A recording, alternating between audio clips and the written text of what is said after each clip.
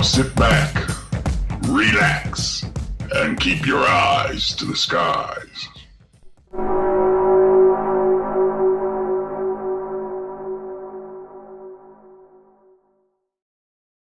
Greetings, folks, and welcome to S-4, where we talk about the serious issues involving paranormal and current events, coming to you live from the S-4 headquarters in the heart of the Cascade Mountains in the studio here in Cape Horn, Concrete, Washington. So tonight, it's January 3rd, 2021. Happy New Year, everyone!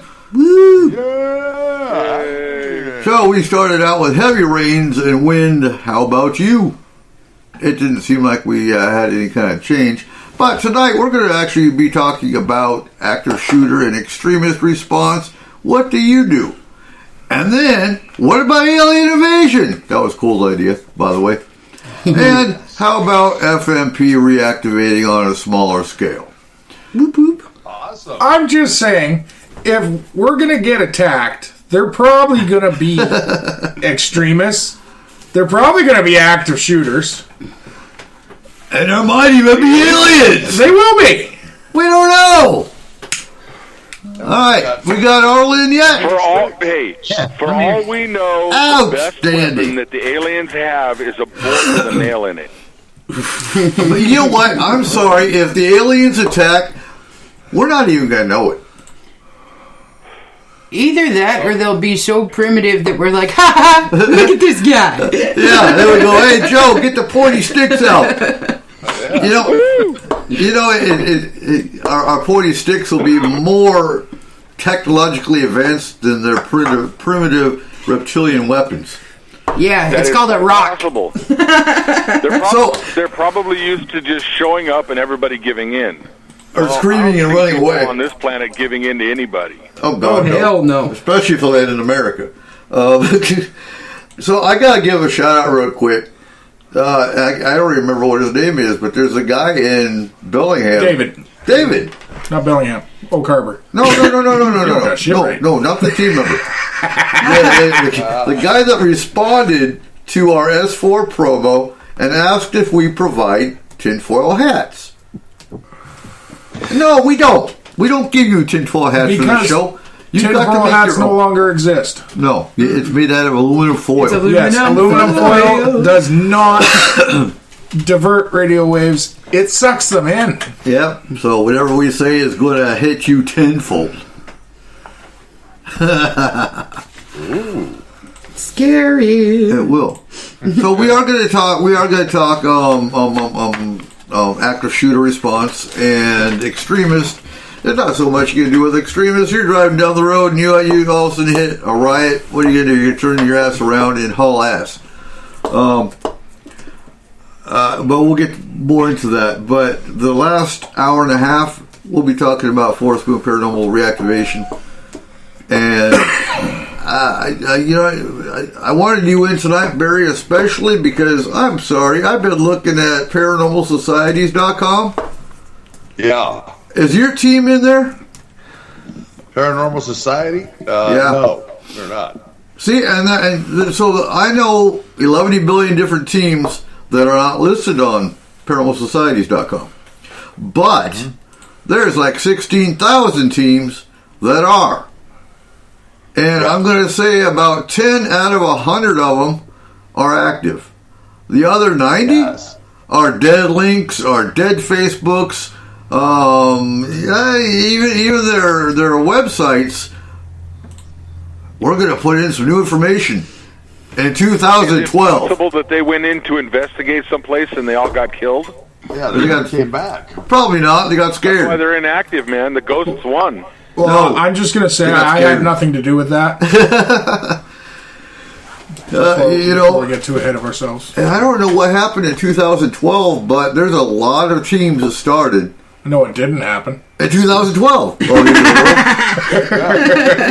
in 2012. That's when they decided to put out promos, and they sent out all kinds of stuff saying, join, and I can put you here, we can do this, and we'll advertise your team here, we'll do all that other stuff. Mm-hmm. And that's why 2012 came along, and then all of a sudden, it became very inactive. And everybody else just went, okay. And like you said, most of the teams now are defunct anyway, because there's not very many people that make it 7 years. No, and we've talked about this. Your fringe group is only going to last maybe 2 to 5. Right. Exactly. And I wouldn't even give them 5. To me, any team that's under 5 years is brand new. Because how many cases do they actually handle? They handle maybe two cases a month at most. Right. Because they're weekend warriors. But there are some phenomenal teams out there, don't get me wrong. And it sounds like we come on here, we bash all these teams, and yeah, we do. Because they're not doing it right. They really ain't. Yeah. What? I haven't said nothing. I will. But anyway, getting to the point here. So according to the FBI, and everybody listens to the FBI, the law enforcement, most of your active shooter response protocols do come from the FBI. And their new one is, oh God damn it. You know, you're starting to sound a little like Big Brother there, eh? Run, hide, fight. That is the new what? Yeah, just everybody listens to the FBI. What happened to your CIA come grab you? I don't give a damn about no CIA. You know what? Oh, screw the CIA. Okay. They're listening. No. So FBI sets the standards as far as all of your response protocols. Which makes sense considering there are at-home protectors, right? Supposedly. Absolutely. But let's go over run, hide, fight real quick. Me personally, I'm going to fight. But I don't run. I don't run from no damn ghost, and I don't run from no damn guy with a gun. You ain't afraid of no ghosts? I ain't afraid of no damn gun either. Well, I don't run either. What? You tackle. No, I just don't run, ever. I'm fat, that ain't happening. You ain't gonna hide either. Well, I like to take Cole Bigfoot hunting. I don't know, babe. I've seen you run once, and it was terrifying. Oh, I gotta be honest. You're talking about tying him to a tree and putting honey on him again? Oh, God. Oh, wait, that was you. Oh, God. Man. Okay, so first and foremost, I do it automatically just because it's what I do. The military trains you to be situationally aware. Not everybody does it. Not many people do it. You walk into a store. You walk into your business. Do you know where your exits are? Do you know how to get out? And honestly, that goes for if there's a fire in the building or if someone comes in with a gun. Either way. Do you know how to get out of your building? Do you know how to run out of Walmart? Good luck with that one. But but there's enough places in Walmart to hide anyway. I mean, yeah, hide behind the... Go to camping, build a tent, hide in there. Right? Well, they don't have any guns in Walmart. They kind of... Yeah, they still do. They got some guns. They're all back in there. Yeah. Okay. Yeah, they're all back. They took them out for 2 weeks, but... Friend... You've got guns in your Walmart. Yeah. No, okay. We don't have rifles. They don't have them in Kentucky and Tennessee. I'll tell you that much. And that's surprising. I would expect them in the South. I would expect them in the South, but I would not expect them in the West Coast because it's all it's liberal here. To be fair, we have shotguns and 22s and then air rifles. That is the only thing you can buy at Walmart. You can't buy an actual rifle. It sounds like it's more than they got in Kentucky. Yeah, that's more than we got in Kentucky because you can go by now and see them all shut up and unfortunately, what you said there, Eric, is about the West Coast being more liberal and everything else. It is here. It's more conservative. It's more like have guns, have plenty of them, and we have tons of them. And but this is the place that they don't want to. They need to restrict what people get here, because if it comes down to it,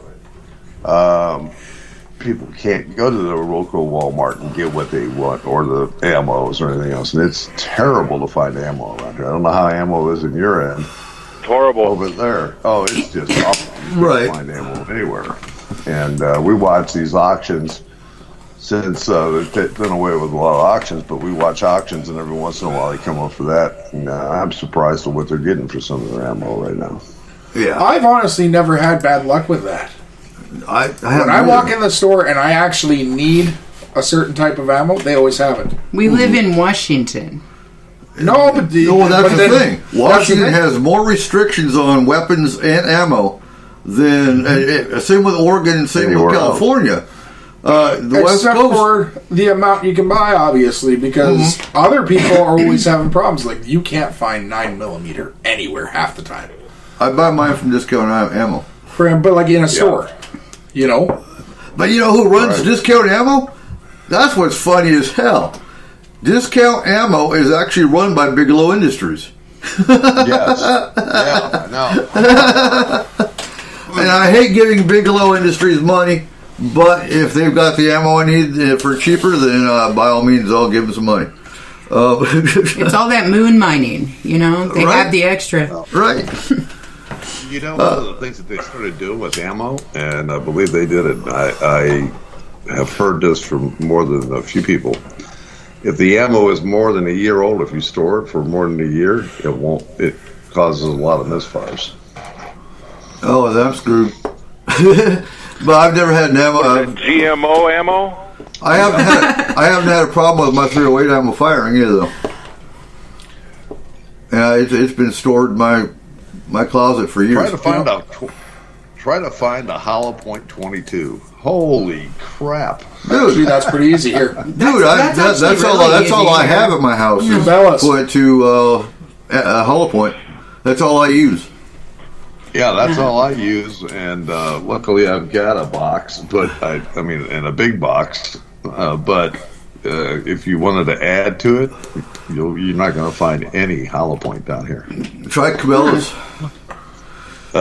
Tried it. try Cabela's online then. They have like a peanut butter jar of 25 or 500. Yeah. In Cabela's, that was actually a really decent brand. No, that was what do we have? They have the Magnums, but they have the 22s as well. Yeah, just the 22. So we have 22 Magnum long rifles, and we have 22 standard long rifles. We have both.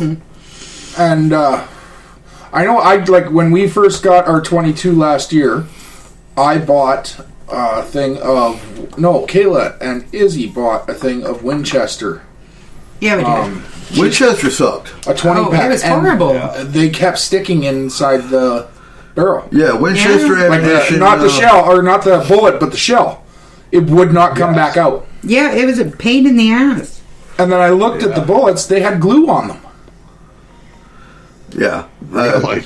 Yeah, on the outside of the shell. I don't understand that. We're not going to use Winchester ammunition anymore. No, it was expensive and it was not worth it. But I want to say this. So if you carry, I would recommend concealed carry before open carry any day of the year. For the simple fact that I look at someone that's open carrying and I laugh because how many people can walk up behind them and just grab their pistol? I open and conceal, and you can't get my weapon out because I use an alien holster. Right. Of course. Yeah. And you have to put the thumb down on the lock to be able to remove the weapon. And that's smart. But my other point with that, you have an active shooter situation come in, and they look around before they start shooting. Who are they going to target? Oh, yeah, they're going to know you. Yeah. They're going to target you for having a weapon. If you're concealed carry, they don't know who's concealed carry before they start shooting because they're going to take out the threat before they start just open shooting. Yeah. So conceal carry if you can, by all means. My other problem with carrying, because I don't even have my concealed carry yet, I do plan on getting mine this year, but the minute you pull your gun out, the cops show up for an active shooter situation, they don't know who the active shooter is. They're going to target you as well as the shooter. True. Yeah. So be careful. I kind of like Dennis's point here where he says personally he wouldn't run. He wants to know where the shooter is. Oh, absolutely. Yes. Yeah. Because you don't want to run out of the office and have the shooter in the hallway. Yeah. Oh, yeah, exactly. Because then you become a target. But again, situational awareness anywhere you go, especially today. People are just acting crazy in 2020, 2021. It's just kind of a blend for now. Well, we're just getting into it. People still have the same thing going on that they had going on a week ago. Yep, absolutely. Yeah, Dennis, the reloading just takes practice. Like, the first time I shot Eric's pistol here, like you, I'm from Canada, and you're right, there's no open carry, and the rules on pistols suck. Right? Yes. So, but, yeah, after a few times reloading it, I got actually pretty good at it, I think. And it almost became as natural as dropping clips. And dropping clips and then putting a new one in. 3 seconds. Yeah. Drop, snap. Reloading a pistol clip still sucks. Like actually putting the bullets into it. That I hate doing that. Well, and that's why you have. Do you use a speed loader? No, I don't have speed loaders. But in all reality, when am I going to need one? Yeah. Well, I only need it. The alien invasion. 5 clips. No, I'm more and I'm more an advocate for multiple clips. I've got 2 for the 9. I've got 1 for the 308, but the 308's long range. It's not meant for you got a crowd around you that's attacking. My 9mm all I've got, which is why I do want to get an AR. An AR is better for that situation, which that situation is probably more likely in our day to day. 2021, you've got more radicals and just angry people today than you did a year ago, and it's getting worse. Mm-hmm. So I am getting to be an advocate more of be armed because you don't know what's going to happen. Okay, I'm becoming an advocate outside. I just take my Thompson out. And it has it shoots 45s, 30 round clips with 45s, and I've got 2 clips with that. And you just carry that thing outside for a second, and you watch people's attention come to. Well, and that's the thing. You're more in a city environment, aren't you? Right now I am. Yeah, I used to be out in the country, but now I'm smack dab in the middle of the city. So even when I pull a gun out to take it to put in my car to go shoot or something, you're going to catch attention. Yeah. Where I'm at, I'm up against a mountain on a dead end road where there shouldn't be anybody. Nobody should be walking around outside my house. Mm-hmm. So I'm armed. Even when I grab the guns and come to your house, I still catch attention. Oh, yeah. Still what? I still catch it, but that's because, like, I'm a big dude. A 22 looks like a pistol in my hands. Oh, yeah. Okay, the one thing I will say, though, when you said you were becoming an advocate for people carrying, is I am totally fine with a person carrying, but you should definitely go through a safety course and at least go to the range and learn how to shoot. We're getting there. We are getting there. Yes. And I fully agree. Yeah. Like Kayla just said, I'm a Second Amendment advocate to a degree. Now, I'm going to piss some of you off, but when our forefathers wrote the Second Amendment, they were writing the Second Amendment over muzzle loaders, where it took 20 minutes to put one bullet in. I like the way Family Guy says it. What's that? Friend, so they're sitting there, and Benjamin Franklin has a set of actual bare arms in his hands, and he says, I don't know how they're going to misconstrue this. Well, that's the thing. Our forefathers had no idea that we were going to have guys with ARs with 100-round magazines walking into Walmart just shooting random people up. Yeah, but, when they wrote that, and you say, oh, it was for muzzleloaders. Well, at the time, that was the height of military technology. I get that. But when they wrote in the militia, the National Guard took over the militia. That was the militia. That was their version of what it should have been. Their version of what a militia should be. Now, my only problem with that, and Cole and I have talked about this before, the militia was not supposed to be government sanctioned. It was not supposed to be working for the government. But what I see as a militia today is not what they, the Michigan militia sitting there plotting to kidnap the governor of Virginia. That's not a militia. The militia is about community. It's about protecting the community. That's a militia. Not the crap you see today. Where they've become extremists to a degree. Yeah. Some of them, not all of them. Don't get me wrong. There are some great militias out there too. 3%ers, depending on what state you're in. I talked to the Washington State 3%ers just about a week or so ago over an issue that we've got, and they're not even getting involved in the politics that's going on. They're about the community. They're about supporting the community. They're not about the craziness that we see in politics right now. That to me is a militia. But now when you're talking extremists, again, not all the militias are extremists. I don't want to go on record saying that, but if you want to get firearms, get trained on them, get educated.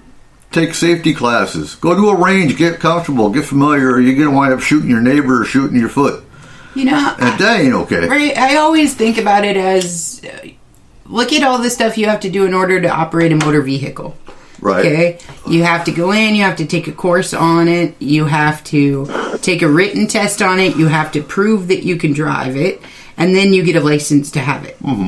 Okay? So I think that the same thing should apply, honestly, to, I'm sorry, but I do, to a weapon that you need to know how to use it, and you need to know what it's good for and what it's not, and where it should be held and how it should be. Why? Have you seen the drivers out there?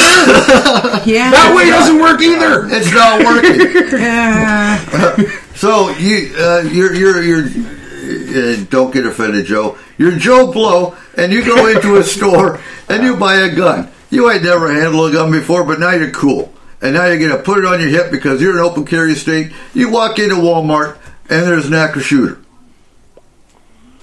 Are you going to be able to load that gun that you've never handled before and save the day and kill the shooter? No, you're more likely to shoot the guy over in the produce department than you are the active shooter.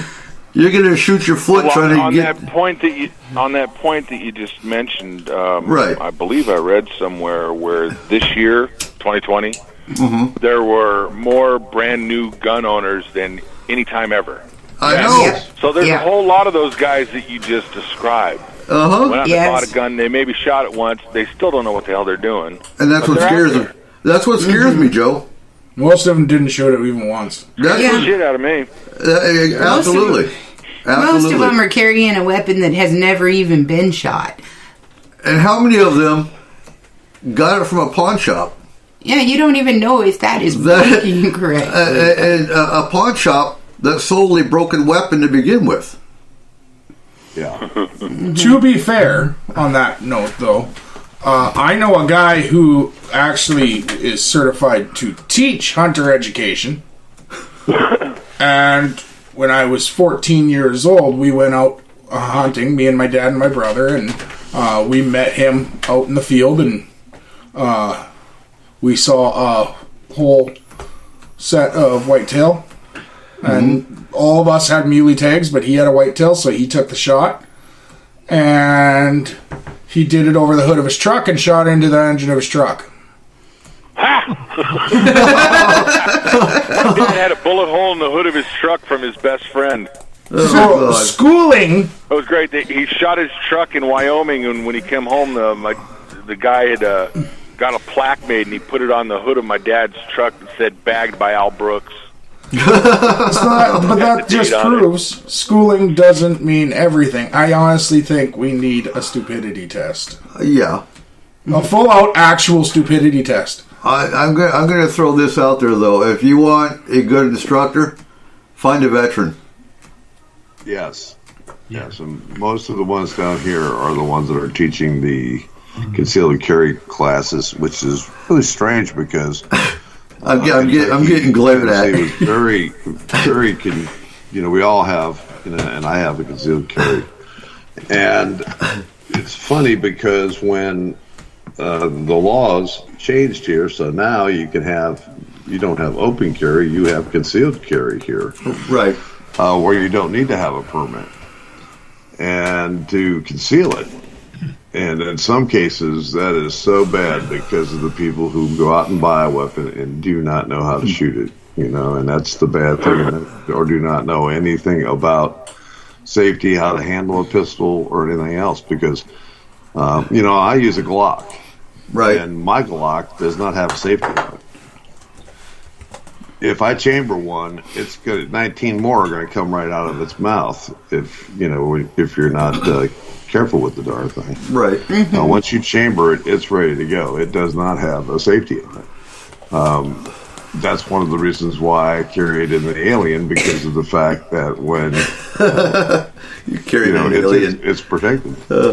What kind of alien is it? A gray or a reptilian or a mantid? But that's one of the things that you can't. I have to push down on that to be able to release that weapon before I have to think about when I'm going to use that weapon. Right, and so Cole is glaring at me because I do got to clarify. Not all veterans know what they're doing. So I had a roommate. I actually had 3 roommates. And when I was in the 1st 16th Infantry, and one of them was a very large, 6-foot skinhead from England. He was in the U.S. Army, but he was British. Very cocky, he hated my ass. But they pulled medics from certain platoons to go to the storm. Well, the grapevine came back that he actually friendly fired his roommate in Kuwait. Yeah, and it happens all the time, especially officers. Oh, I hate officers because they're usually the ones that are cocky, and we have to clear our weapons before we go in the dining facility, for example, when we're deployed, and there's at least one firing into the barrel. Probably a month. So yeah, it happens, and I think a lot of the accidental firings you do hear, and I don't understand it, but these are the people that are breaking their weapons down to clean them. Mm-hmm. Yeah. Don't you clear your weapon before you look down the chamber? Clear your weapon before you break it down and clean it? That's common damn sense. Well, and the other thing is know how to store them. There are so many accidental shootings from somebody's kid to another kid or something of this nature where it would have been completely averted if it hadn't been for the fact that you put a trigger lock on that thing. Yeah, trigger lock or lock them up. Yeah. Lock the weapons up. Yeah. My weapons that aren't locked up don't have any magazines or ammo around them. My only loaded gun is in a lockbox, and it's not loaded. It's got the magazine in, but it's not chambered. Yeah. So I can just grab it. Chambered. I can just grab it, chamber it, and I'm good. I'm good to go. But training, folks, training. Most of your veterans, not all of them, obviously, know their shit.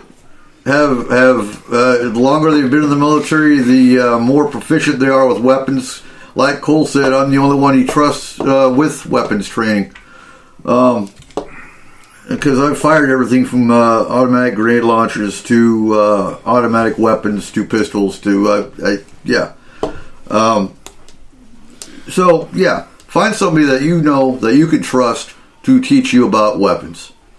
And be someone that the other person can trust. Yeah. Listen. Yes. Like, you... after being together at least one time, you know each other's strengths. Eric knows a lot about weapons. But your eyesight sucks to shit. Well, yeah, I wear glasses. Come on now. First swear word of the year. Damn it. Okay. You failed. New Year's resolution failed. That's why I have a scope. I'm at sighting in the scopes, dude. We need to fix a range up better anyway. Yes, yeah, we actually have our own range. But that's where I come in is like, I got a dead eye. I'm very good at sighting in a scope. Mm-hmm. So, like, we work very well together on a range. And then you throw me in there, and it's just never good. Oh, no. No. We are 40 feet behind her, off to the side. I will fully admit, my aim is terrible. It is not great. It is not good. I'm getting better with every time I practice, but God does it suck. I would never want to have an open carry because I know that I'd end up probably shooting myself in the foot. It's not okay. But my wife has an open carry, and I was concerned about it until we took her to the ranges a few times, and she started shooting. And she's got a purse that's got a zipper in it that she can reach in and pull out her 9mm, and she scares me because she shoots better than I do. That's not a bad thing when she's your backup. Well, you guys ever... holy moly. You ever hear that story about the grandmother that the cop pulled over? And she tells... He sees a .357 Magnum in the center console, and he says, "Ma'am, do you have any other weapons on you?" And she said, "Yes, there's a 45 in the glove box." And he says, "Is that it?" "No, sir, there is also a 9mm in my purse." And he says, "What the hell are you so scared of?" And she says, "Absolutely nothing." Yeah. And, so everyone prepares for doomsday. I would much rather have a zombie apocalypse than what we're going through today. I really would. Oh, God, no. Pointy sticks. Come on. But 40 sticks and machetes, that's all you need. Absolutely. That's a pointy stick. Oh, yeah. Yeah. It's a shorter pointy stick. Well, that's what I was going to say. And that's why I do say get comfortable with unconventional weapons. Mm-hmm. Because you're not going to be able to rely on firearms forever. Now, here's the thing. I will tell you that Eric's wife, Izzy, okay? She is not the best shot, but that's because we haven't practiced as much as you guys have. But that woman is scary with a set of throwing knives.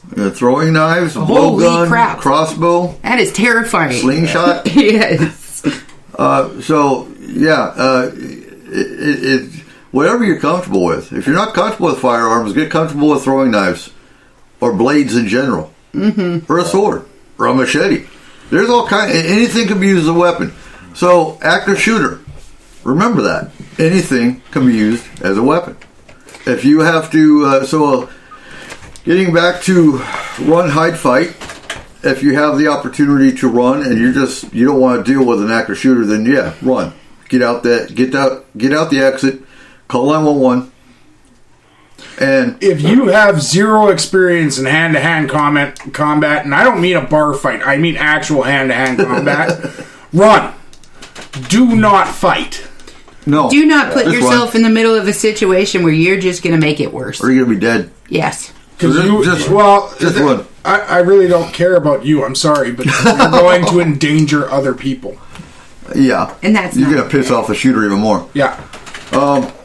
So yeah, if you have the opportunity, you don't feel confident in your own skills to handle a shooter, then just get out of the building. To be perfectly honest, getting out of the building should be number one. If you are close enough to an exit, if you are able to get out of that building without actually incurring any damage to yourself, that should always be your number one option. It should be, because it's the cops get paid for dealing with these. Exactly. Now, hide. If you hear the shooter outside the office, you can't get out. You're in Walmart. You're not anywhere near a door. You don't want to expose yourself to where the shooter could be. Then get underneath the clothes racks. Those are our kids kind of prove that. You all of a sudden your kid disappears. Where's he at? You're looking for him for 20 minutes. They were hiding underneath the clothes rack the entire time. Perfect place to hide. Get underneath the clothes rack. The shooter's got so many people around him, he's not going to be looking underneath the clothes racks to find somebody else. He's got ample targets. And I always think about the mall shooting in Burlington. How many years ago was that? 4? 5? I can't remember, honestly. I think it was 2013. Was it that long ago? I think so. Yeah, it was 2012 or 13. Okay. It was quite a while back. Maybe 14. It's still, what it shocked everybody, because Skagit County doesn't have active shooters. No, we're a small little community in the middle of nowhere. Sorry. It was 2016, September 23rd. Yeah. Okay. Yeah, 2016. But, and the minute he turned out, I think he was Hispanic, and they automatically loved to claim terrorist attack. It wasn't a terrorist attack. He was just pissed off at his girlfriend. That was it. Yeah. Yep. Yeah. Not girlfriend. Ex-girlfriend that he was stalking. No. She wasn't even an ex. Yeah. They went on one date. Oh, okay. It was one of those weird stalker things. Oh, yeah. Okay. Either way, relationship issues. Yeah. But, yeah, the minute you hear gunshots, obviously it's not fireworks. Hide. And then fight. When you get to fight, if you're right next to the shooter,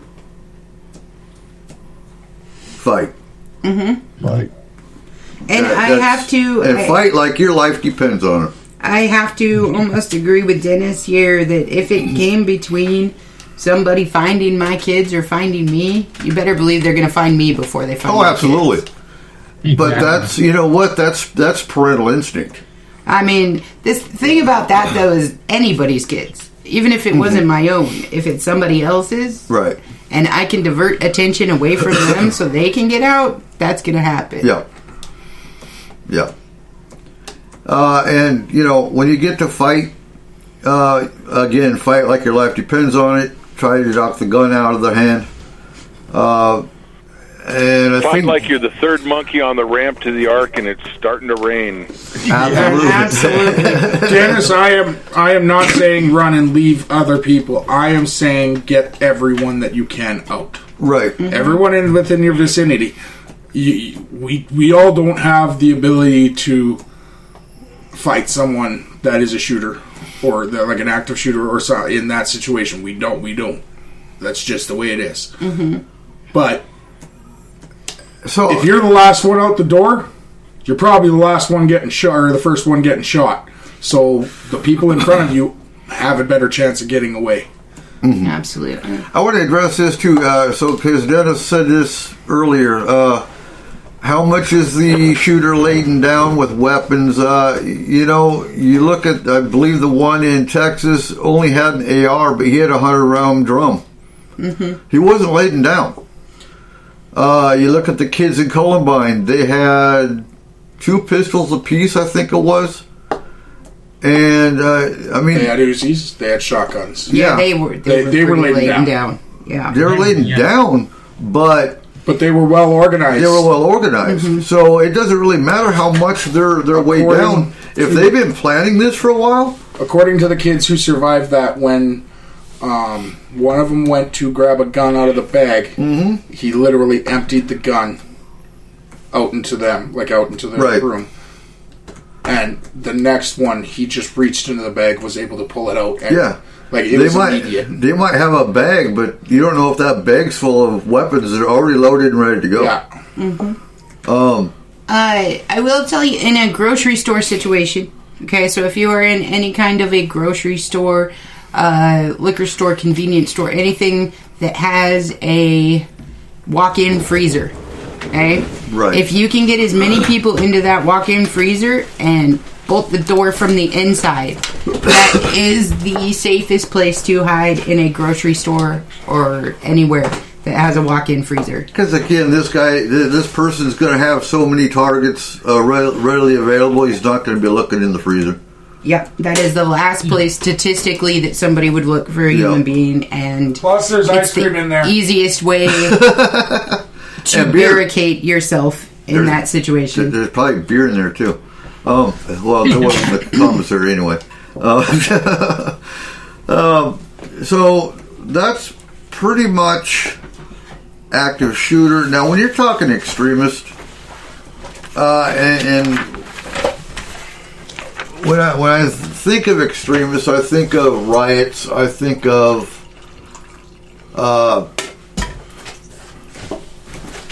oh God, what else? I'm going to go over explosive distances as well, because you don't know what you're going to encounter. So when you're talking extremists, just try to stay out of the area. Usually you've got some kind of a heads up from media.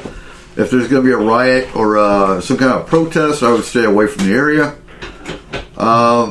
If you encounter any kind of, most of you know what a pipe bomb looks like. It's a piece of steel pipe. It's usually got, if it's a real pipe bomb, it's got 2 steel caps on the end of it. If it's just taped, it's not a pipe bomb. Somebody just was experimenting, and that's scary in itself if they're even playing around with it. Mm-hmm. But what a lot of people forget about is you don't know what kind of detonator is in that device. So while you're thinking about calling for help, you want to be at least, if it's a pipe bomb, 70 feet away. And I would go farther than that, because if it's an electronic detonator that's controlled by signal, your cell phone could detonate it. Or your walkie-talkie, or your CB radio. Any kind of electronics can detonate these devices. Mm-hmm. You don't want to be the one to detonate it, because you're calling for, 911. I'm not going to go over car bombs. We haven't seen any of that up here in the States yet. Hopefully never. We had them in Iraq. We had semi-trucks that were explosive. Briefcase, they say, can hold up to 50 pounds. You want to be 150 feet away from that for a mandatory evacuation. Suicide bomber, they've had those in France. Those are usually 20 pounds. You want to be 110 feet away from that for a mandatory evacuation. So when you put that in perspective, a pipe bomb, 70 feet, is about the distance of, I want to say, 5 Ford Expeditions. Yeah. that makes sense. I'm trying to think how to explain it in layman's terms. 75 feet? 70 feet. 70 feet. Actually, it'd be about 4, because I believe your typical expedition, 4 expeditions, is about 20 feet long. You want to be 6 elephants standing. 6 elephants? Back to back, yep. Okay. But even farther from a suicide bomber, because they've got, if they're walking around with a vest on, you're looking at 20 pounds of explosive. Honestly, your best bet for any of these is to get as far away as quickly as possible. Absolutely. Right. Or if you see a device, make sure that you tell other people to turn their cell phones off. I would, and I would actually get away from the area. Right.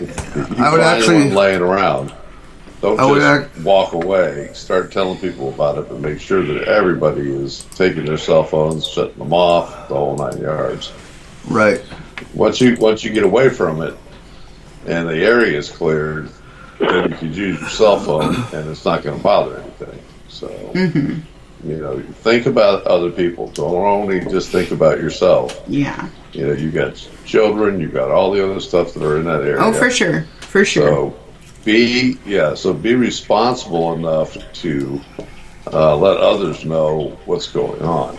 You just don't walk away from it and go, I'm calling the police when I get 120 feet away, because everybody's walking on the street, everybody's doing the same thing. So, yeah. We just had that Nashville ordeal. And that is stranger than, it gets stranger and stranger, but you just don't know. I don't believe a word about what we heard about that. Me neither. And it's that almost puts you in the crazy zone. Well, the other thing that everybody... Sorry. Go ahead, Barry. The best thing that you can do is just be intelligent. Stop and think for a second. It's all right to run. It's okay to get people out of the area, but know where you're going to go, like Eric mentioned earlier. You have to listen. You have to pay attention to what you're doing, and you sure to heck are not going to. If you hear the gunshot and it sounds like it's to the left, don't run to the left. Run to the right. Right. And the other thing I want to bring up too, though. Because you were lucky with Nashville in that, not sure if you've heard of a daisy chain, but if it's a coordinated attack, what we encountered in Iraq again was daisy chains, and they are set up 3 explosive devices about 50 feet apart or more, and so when a convoy approaches, they'll generally detonate the first one about the middle of the convoy to break everyone off. As soon as when you're putting it in a civilian context, the first person that encounters the device, they'll detonate it. When the first responders come up, is when they all detonate the second and third devices. They'll take out the first responders. When you're talking about the military context, with our convoys, for example, they would detonate the first device about the middle of the convoy, blow up those vehicles, and then second and third devices when people started getting out of the vehicles. Mass casualties causes more damage, more fear. Because the big thing they're trying to strike is fear in the public. Exactly. That's a typical, which is why Nashville is so weird. Because honestly, all I can figure, that would be the equivalent of a small delivery truck, because that was an RV bomb. And according to the ATF chart, it would be about 4,000 pounds of explosive. Now, was it full of 4,000 pounds of explosive? I don't know. That was a small bomb compared to what it could have been. Right, it was, and it was very unusual because of the damage that it did. And I don't know if anybody has seen the videos, and I don't want to get into that since we're talking about trying to save people's lives and everything else. But boy, let me tell you, where the damage was and compared to where that truck was,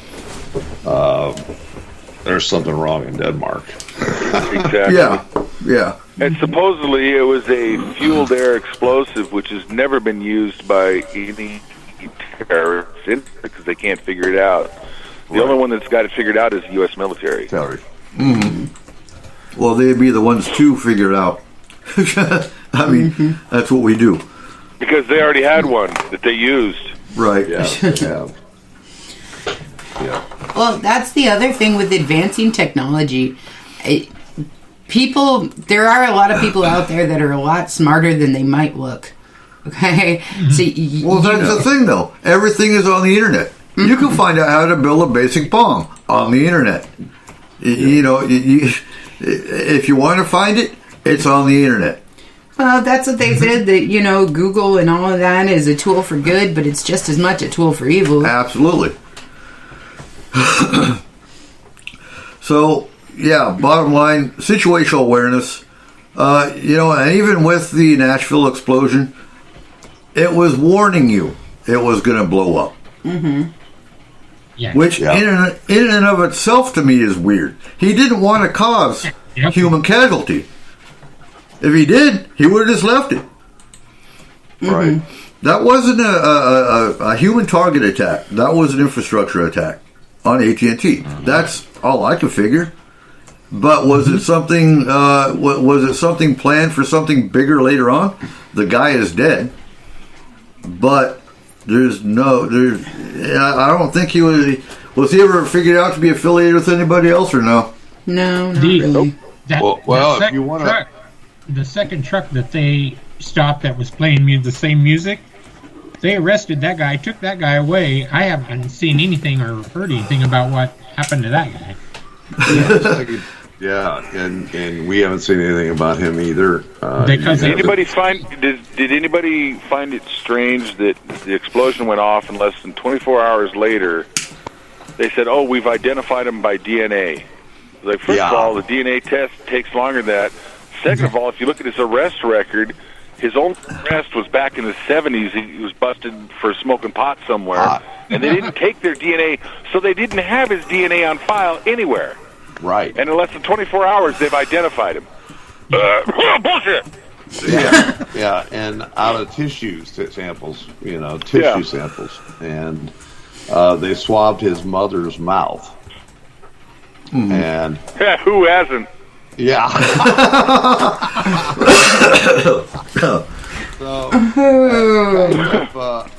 I apologize to the censors. But, you know, I have to tell you, that is still in my mind. And what the national media hasn't done anything on it, everything else, and what I have seen of that, and some of the videos that I have seen from other people who took cameras and pictures and everything else, the major explosion was up the street from. Yeah. And it was timed perfectly. I don't know what the explosion was by the truck, but it did not do the damage that it was parked on the right side of the street, and the damage to the buildings that were AT&T and everything else was on the left side of the street and blew a hole in a wall. In the corner wall. And there was no crater where the van was. None. And there was a crater where what looks like to be almost a direct energy beam weapon. Yeah. So, I mean, there's something that's one of the bad things when we talk about the oddities and the distrust that everybody has in or with the people that are supposed to be our friends and our government and everything else. You really have to think about it all, because that does not play well. And the first thing they came out with was, he's about aliens. he's interested in aliens. That was the first. Yeah, I thing. heard that too. And the The second news report. Like, yes, so? And the Right? second thing he started talking about was reptilians in the dark state. He was believed into that. So hey, I mean, I guess I'm the perfect candidate for the next bombing. Right? Well, anybody that listens to S-4 is. I mean, we all believe in aliens. I mean, holy hell. Right. You know? Oh, God. Believe it, something like that. So, I mean, it's crazy. I mean, it is that crazy. And they just put it to bed. And there is a lot more to it when you look at it. And we won't get into that because of what happened. The airport, and I'm telling this right now, when you have 6 hours of battery life or whatever, backup batteries for this equipment, the supercomputer it happens to be hooked up on that line. The Kraken, what they call the Kraken, it goes down 6 hours later. The shooting, I mean, the bombing happened at 6:30. Right. The cells and everything else were affected at around noon here, so 6 hours later. Yes, they had opportunities to be able to get other power sources in there, generators or whatever. They didn't do that. I know they were trying to clear the area and look for other things and maybe that way, but they had 6 hours. And I'm pretty sure that AT&T and everything else knew it. And when you take down Memphis's Nashville and Memphis, and the whole East Coast is out of power, not power, but radar is down, and you can't land a plane, and the military takes over all of the high altitude flights and says, you can't fly in this area. Yeah. Yeah, And no, that area they lock out. That area was from Florida all the way to, the East Coast all the way to Oklahoma, so. Yeah, they took over. A large area to be blind for an hour. They took over air control. Yeah, and nothing flew. I mean, you could not land. You could take off, but you could not land. Yeah. So with that, we have to go to our first break, and when we come back, we will wrap up active shooter and extremist attack and start talking about paranormal. You are listening to S4 on Spreaker.com.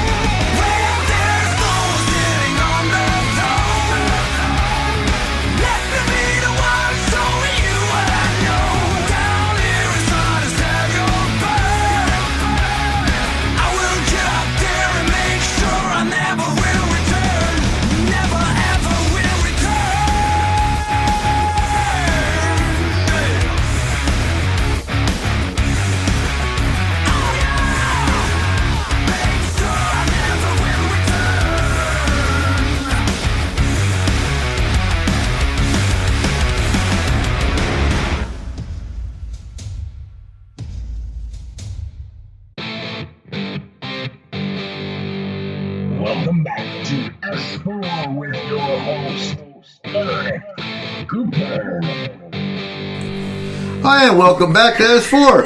Yeah, that was quick. That was a quick 3 minutes. So, I think we covered everything we need to cover with active shooter and Extremist.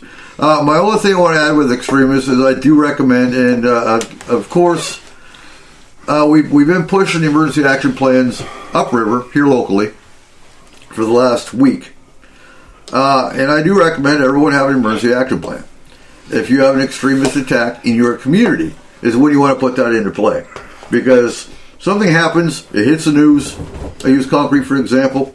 We have an attack here in Concrete, and your kids are out playing. That's when you put your emergency action plan into play. Do you have your plan? Do you know what your family's going to do? If there's an attack in Concrete, for example, do you have your go bag ready to go? Mm-hmm. So in my truck, I always carry a go bag. If I get caught up in some kind of an attack, one, I'm getting the truck out. But if something happens, I'll grab my go bag and I'll hike out where I need to go. Mm-hmm. Well, even if it's not some kind of a situation like that, there's enough natural disasters and everything that everyone should have their go bag and their emergency action plans anyways. Absolutely. But extremist attacks are a part of disaster. Oh, absolutely. What? You make me laugh. What? You literally just said you're sitting at home in Concrete and your kids are out playing. Well, it's raining. They're oh, bull! Yeah, no, they're all playing Fortnite. Oh, yeah. Absolutely. But not all the kids in downtown Concrete, you see it on the group all the time where the kids are outside playing. Mm-hmm. No, they're outside destroying the frickin' post office is what they're doing. Well, that's okay.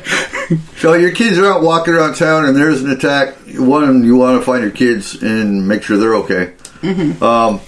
Always have a point of origin. Somewhere that no matter that's part of your where you are, plan. You make sure that you know to meet at this point. Something happens, you have to have a meeting point. And that's why you have an out-of-state contact. So that if one of your family members can't get home, they call Aunt Gertrude in Idaho. Yes. To check in. Mm-hmm. And the rest of the family knows to call Aunt Gertrude in Idaho, so they all check in. So that if I'll use Joe again. Joe doesn't call in. Yeah. You know something's wrong. Actually, that works. Happens to Aunt Gertrude. Well, that's on Aunt Gertrude. That's on, yeah, absolutely. Yeah. Then you better have a backup list. The other thing about it is everybody nowadays has cell phones. Yeah, it's very cell phone important. lines are going to go down. Oh yeah. It's very important that you, when you're planning this, you have a location where your kids and everything else know that it can be non-communicated. So if this goes down, or if something happens, then and you're not home, go here, and then we can all, one of us can make it there while the other one holds the fort down at the house. Yeah. Always have a central point, somewhere where you know is going to be safe for whatever specific disasters are happening. Canada. Have somewhere to go. Ours is Canada. Ours is Canada, actually. Except it would be really, really hard to get there right now. Bad things don't happen in Canada. Cole? Unless they're political. Shut up. Okay. I was like, who did you elect? No. I meant like... Well, actually, the only reason I'd need a go bag is for a fire. I mean, the natural disaster thing. As far as society falling and all of that, everything you can group into that thing, this is my Alamo, right where I'm sitting right now. Well, Joe, isn't it... In fact, people know to come here. Is it an actual bunker? Like, do you have an actual bunker underneath? I might. Is it fire rated? Like, I'm honestly asking, is it rated for a full-out forest fire? Completely underground. Yes, it's rated. It is a missile site, if I'm not mistaken. Correct? Okay, so yeah, that would be that. Yeah, no, like because there was an issue with that a while ago. I would say 4 years ago. Yeah, a company was selling bunkers, and they were actually digging them out and putting them for you, but they weren't putting them deep enough, and they weren't covering them. They put about gotta get deep. Yeah, and they only put about 2 inches of dirt above them. Yeah. Oh, you'd have drowned here. A family actually died because they hid in one from a forest fire, and it wasn't rated. They cooked. Yeah. Even though they told them because if they're not properly sealed, the water is going to come right in. Right. I mean. So if you are planning on having a bunker built for you, or you are planning on building one yourself, make sure that you know the codes and exactly what it needs to be made of and how, and that the person is reputable that's putting it in. Oh, so I got to address this real quick. So Jeremy and James out of Billinghammer are both commenting on the show. In Britslist. Oh. So. No, it's not $5 for your tinfoil hat with a hat, Jim. You got to make it yourself. You can't. Tinfoil doesn't work. You need copper it's got wires, so you basically a cage. Exactly. Absolutely. And you know what? Then you'll actually be safe when the aliens drop an EMP on us. So you want us all to look like Juggernaut? Yep. Okay, gotcha. Absolutely. Alien drops an EMP on me, my phone's not going to work. Big deal. I can still fire back at them. I honestly don't know if, with an EMP, anything inside a Faraday cage should be good. Should be good. I think our devices inside this house might be okay. I think so, because your whole house is a damn Faraday cage. Well, yeah, it's specifically made to be one. Good luck getting a signal in here. Yeah, literally, guys, you walk into the door, and if you close the door, the signal disappears immediately. Yeah. You have no service. We're all set up. We'll still have a coffee maker. It'll be okay. No. Did you see the new coffee maker, by the way? I did. Yeah, and Cole's having got bad luck with coffee pots, so there's a brand new coffee pot here now. 2 in 2 weeks. You have a new coffee maker? Yeah. Look like. Yeah. Oh, she's brown hair. Oh, shut up! I'm not making. Okay, Barry, let's talk about your booms. I haven't had any boom reports here. It's a boom boom. I'll tell you really? Now, yeah. This last week has been boom central in Kentucky, Tennessee, West Virginia, southern, eastern Ohio, and then as it went farther, started happening in western Kentucky, over by Evansville. People have heard them all the way to Omaha. Had one in Mississippi right beyond, I think. I had a phone call on of January 31st, New Year's Eve, and at 8:30 Eastern Kentucky. At 8:30, had a very loud boom, which took down, did damage to a lot of the areas. I mean, Prestonburg, all kinds of, Huntington, West Virginia, Louisa, Pineyville, all these areas all had a terrible damage where the windows were cracked, everything else. Some of them were blown out. And in other areas, heard the massive boom all the way from, if you're looking at eastern Kentucky, from Hazard all the way over to southern Ohio, that's a loud boom, And then in here at midnight, I heard like a whoosh before anything, and I heard this loud boom. And everybody thought, well, that's fireworks, but it was only one firework, and then there was like this like little crickle sound afterwards. But I heard the whoosh first, then I heard the boom. It is not, and maybe you can, Eric, you've been in the military a lot, and when you're around a craft that causes a sonic boom, I saw her report that I kind of went, what? A sonic boom is when an aircraft reaches Mach. It breaks the sound barrier. Barrier. Exactly. Yeah. Once it breaks the sound barrier, the boom does not continue. No, it does make a crackling noise sometimes, though. Mm-hmm. Right. Yes, it does. But it's not a radiating boom either. It's a boom and then boom, gone. And that's it. It's a pressure wave. Yeah, exactly. absolutely. Exactly. I saw an article that the police department was still investigating this. In the article, they said it was probably a sonic boom because once a sonic boom is made, you will hear it as whatever the flight of the plane is on. It will continue to make that boom as it moves to wherever it gets going. Not usually. I'm like going, no, it doesn't. That's wrong. No. Yeah. And I was like going, and you got people that are believing this. How stupid has the world become? So two possibilities. So I know there's a theory or a conspiracy of something struck the Nashville explosion. Mm-hmm. Yeah. What if it's the same technology causing these booms? They're just testing it. Barry. What if it's I know there was no reports of sonic booms or anything before that explosion, though. No. Right.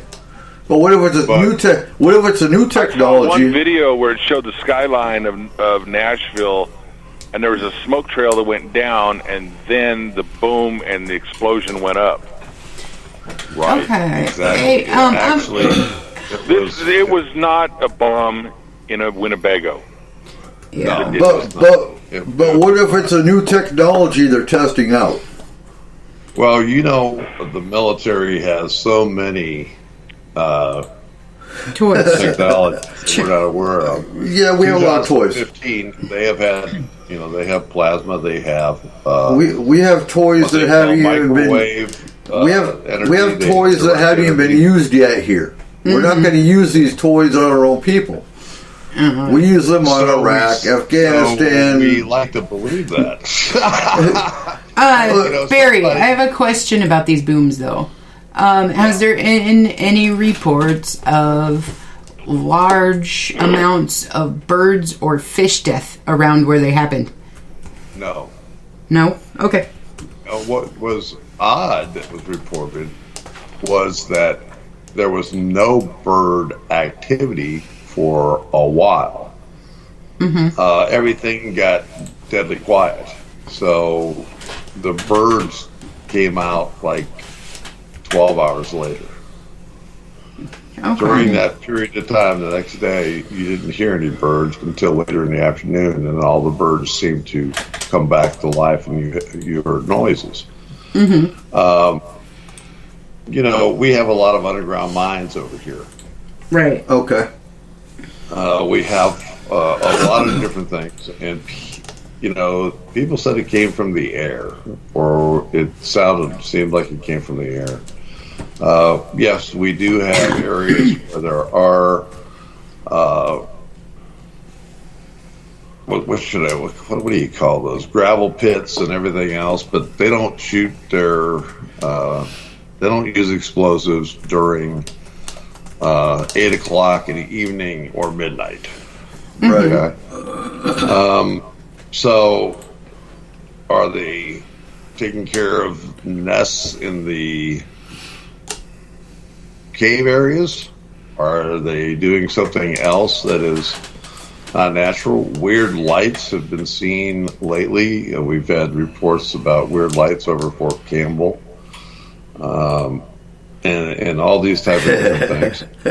So, if you want to go on to the woo factor on that, if you're, say, part of the government or some shadowy part of it, and you've got to, like you mentioned, go into cave areas and take out nests, In other words, if there's something out there, you've got to take care of it. It's going to make a lot of noise. What better time to do it than on New Year's Eve? Absolutely. Oh, absolutely. Everyone's going to go, that's just fireworks, or someone threw a stick of dynamite, or, but in the meantime, you're out there taking care of business. Yeah, and unfortunately, what we have is we have two different occasions. And what's funny is that there was 3 television stations that reported the booms, and then they said, okay, we'll have more on it. We never had anything more about it. They got totally shut up. One to ask them about it, and they said, what booms? And you can't even go to their archives and see when they reported it. So we had WKYT, WYMT, out in Hazard. I've had some problems with them in the past, with other UFO reports or bomb reports and that kind of stuff. And we also had WSAZ in Huntington, West Virginia, that had damage and was talking about it also. And look, when you have a boom big enough to vibrate your house, and then here in Tennessee, down in Tennessee, and I also got reports, like I said, at midnight. So we had 2 different occasions of these booms. And then the next day, on New Year's Day, at 3 o'clock, it was happening in the far western part of Kentucky and in that area, over in around Evansville in that area. So it's very, very strange, very sketchy, and it's dried up. Just totally dried up. And yes, everybody was saying, well, we thought it was fireworks. But it's very unusual that you only hear one firework. Yeah. Fireworks, usually on a broad scale, don't break a whole bunch of windows in a 30-mile area radius. And we're talking more than a 30-mile radius. I mean, I was using that small scale, but yeah. I mean, this is multi-county. When you look at the distance, it take me 2.5 hours, from my house to Ashland or to Huntington, West Virginia. It will take me a 4 to 4.5 hour drive to get there. Right. And so if you're in some of the areas where it was happening at 8:30, it would take you a 2-hour drive to get there. So you can imagine in a 2-hour drive, that's 180 miles. That's something on a massive 120 miles or 120 miles or whatever. So I mean, either way, that's something that's something coming from above on a massive scale. Yes, exactly. I like Dennis's comment in the chat room. Talking about Anthony Q. Warner believing in reptilians. I could see him being a David Icke or Corey Good follower. I would agree with that. Right. Most definitely. So does that mean anyone that follows David Icke, which I don't like David Icke or Corey Good, to be honest with you. But I'm in the same boat, but they are out there. They are doing some things. Some of the things, just like you said, when you look at some of the reports and some of the things that have happened, you can say, yeah, that could be possible. That could be a way. But some of the other stuff is way out of left field. But, when you're sitting here at your home and you hear that kind of boom and you hear that vibration, right? It's something that you worry about. Oh, yeah. Because where's it going to hit next? Has it hit a house? Has it hit a house yet? Well, it hit a house is enough, so it blew windows out. I've got pictures of windows that were totally blown out. I've got windows that were cracked.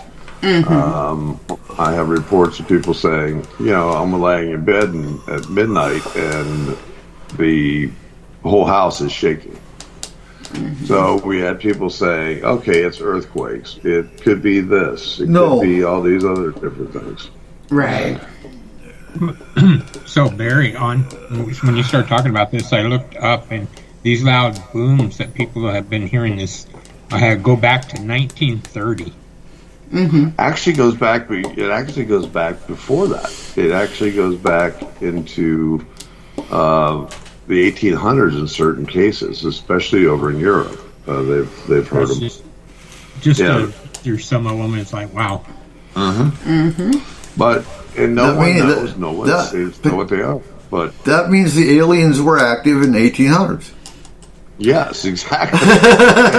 And, one of the weird things about it is that Kentucky seems to have had more reports of these booms than any other place around, because we have been talking about these booms here for the last 5 years. Right. But nothing, maybe 2 counties or 3 counties would report them. Not the kind of stuff that we've had in this last week. From January, from New Year's Eve to January 1st.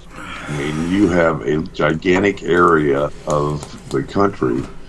Just like I said, if you start putting down Evansville, you put down Mississippi, you put down Huntington, West Virginia, you put down, I even had a guy say, I felt at midnight in Pennsylvania. Could it be? This is a stretch for you, because I don't know if you have any volcanoes around you.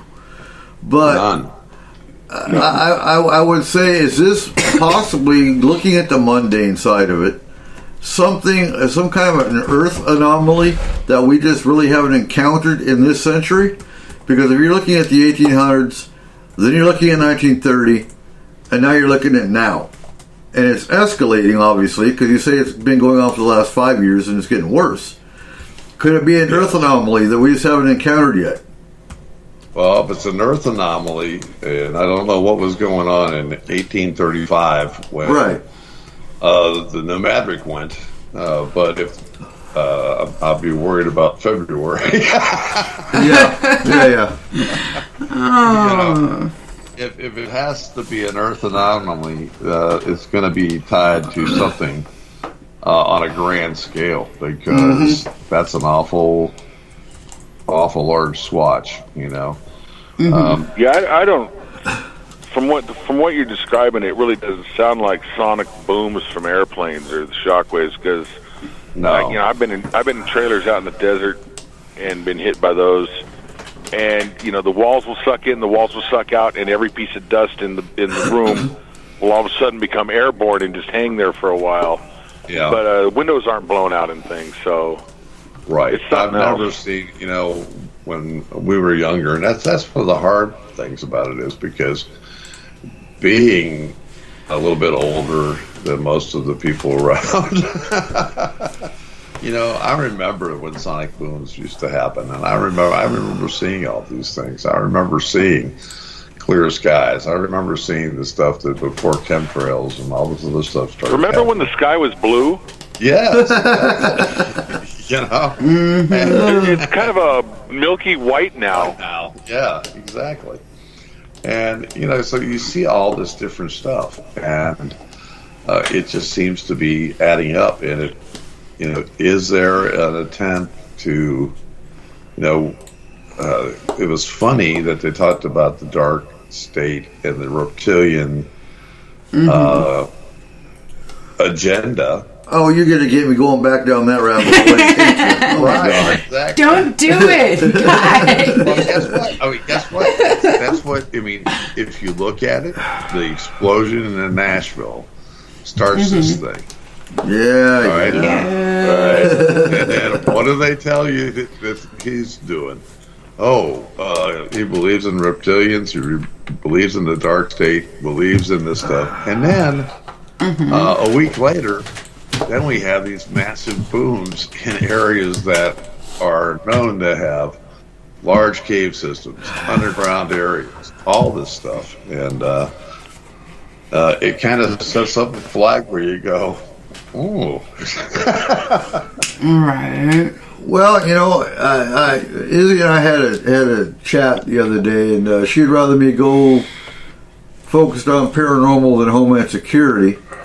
So I'm going, this is going to be the year I go back straight paranormal. Her concern is Homeland Security does tend to trigger my PTSD a lot more. Paranormal doesn't.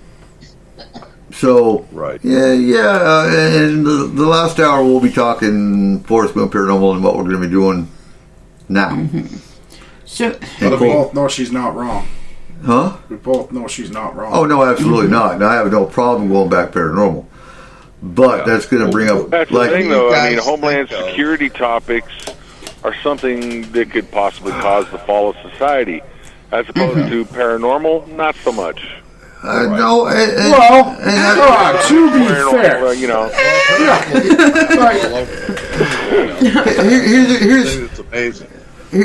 here's the thing, Joe. The knowledge of Homeland Security and emergency management is always in my brain. It's never going to go away. That's a good thing. So I'm always ready to go back to that. But for 2021, we're going paranormal. Mm-hmm. And that's going to bring up rabbit holes. That's going to bring up the reptilian agenda and Corey Good and all that. I am not going down a rabbit hole. You don't have to. I'm going to stay above the bad part about the rabbit hole is that, look, we've been in this long enough to know that it's all intertwined. Absolutely. It doesn't matter. Booms wake up these. I mean, there are things that are ancients that are around. There are spirits that live into the ground. There are fae. There are all kinds of different types of stuff. All right. Mm-hmm. The thing is, emergency management is emergency management, whether you're talking paranormal or disaster. It really is the same. FMP set the standard on emergency management with paranormal. Yes, I think you can agree with that. And I sound cocky. I sound cocky. I sound like one of those ego groups, but no, the facts are the facts. We did it for the fact that you did set the standard, and you guys did. We did it for 7. We did it for 7 years. That broke everybody, and we had to stop. And that's why we are going. And we'll talk about this on the third hour. But that's why we are going at a smaller scale, and we're not going astral. We're going straight, boots on ground, physical cases here locally. But it does bring up rabbit holes. It does, and I am excited. I am going to go back more into the research of Corey Good and some of these other conspiracies essentially out there. Mm-hmm. I want to go more towards stargazing too. Oh, absolutely! I want to telescope this year.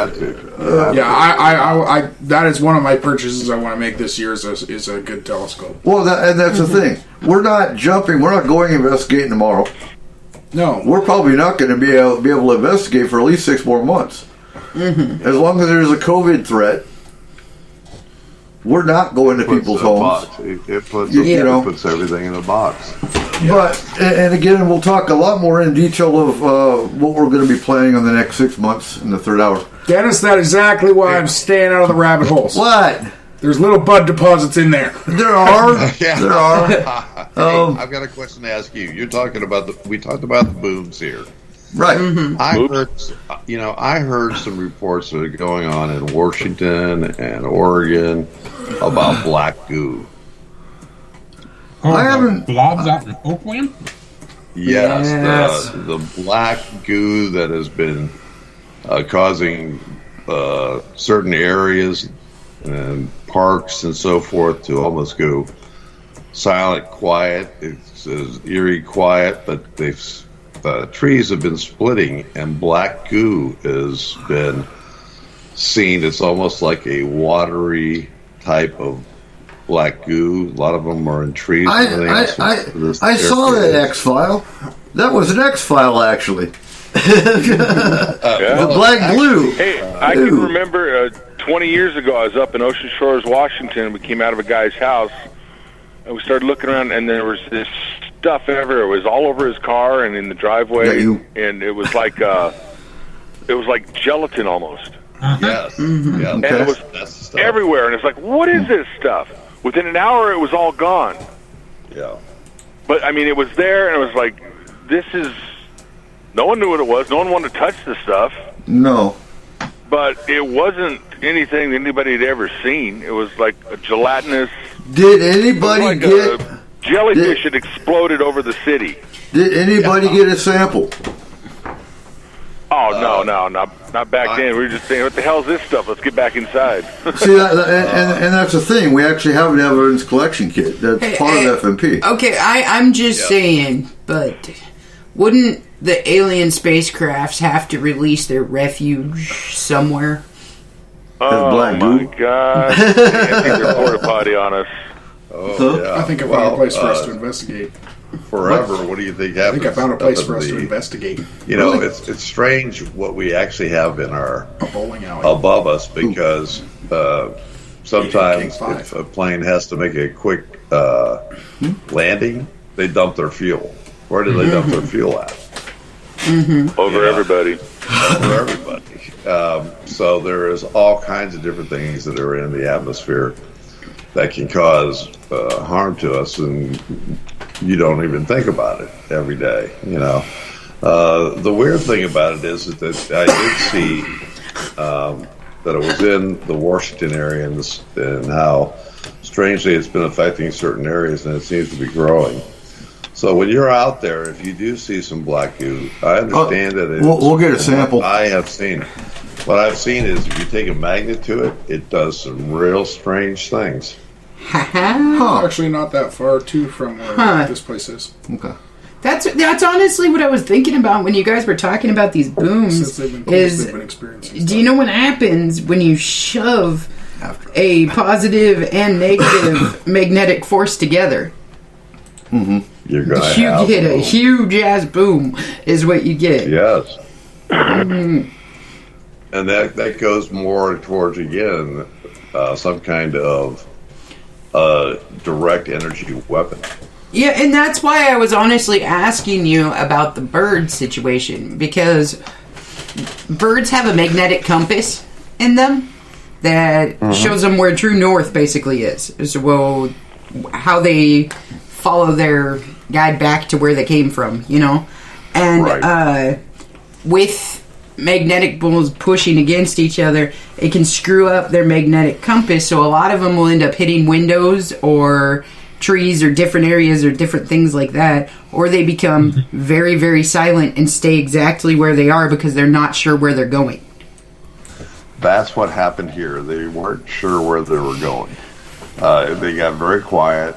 They weren't seen. No, I mean, that was one of the funny things. Somebody said, you notice that there has not been any really big bird activity? So it was pretty quiet.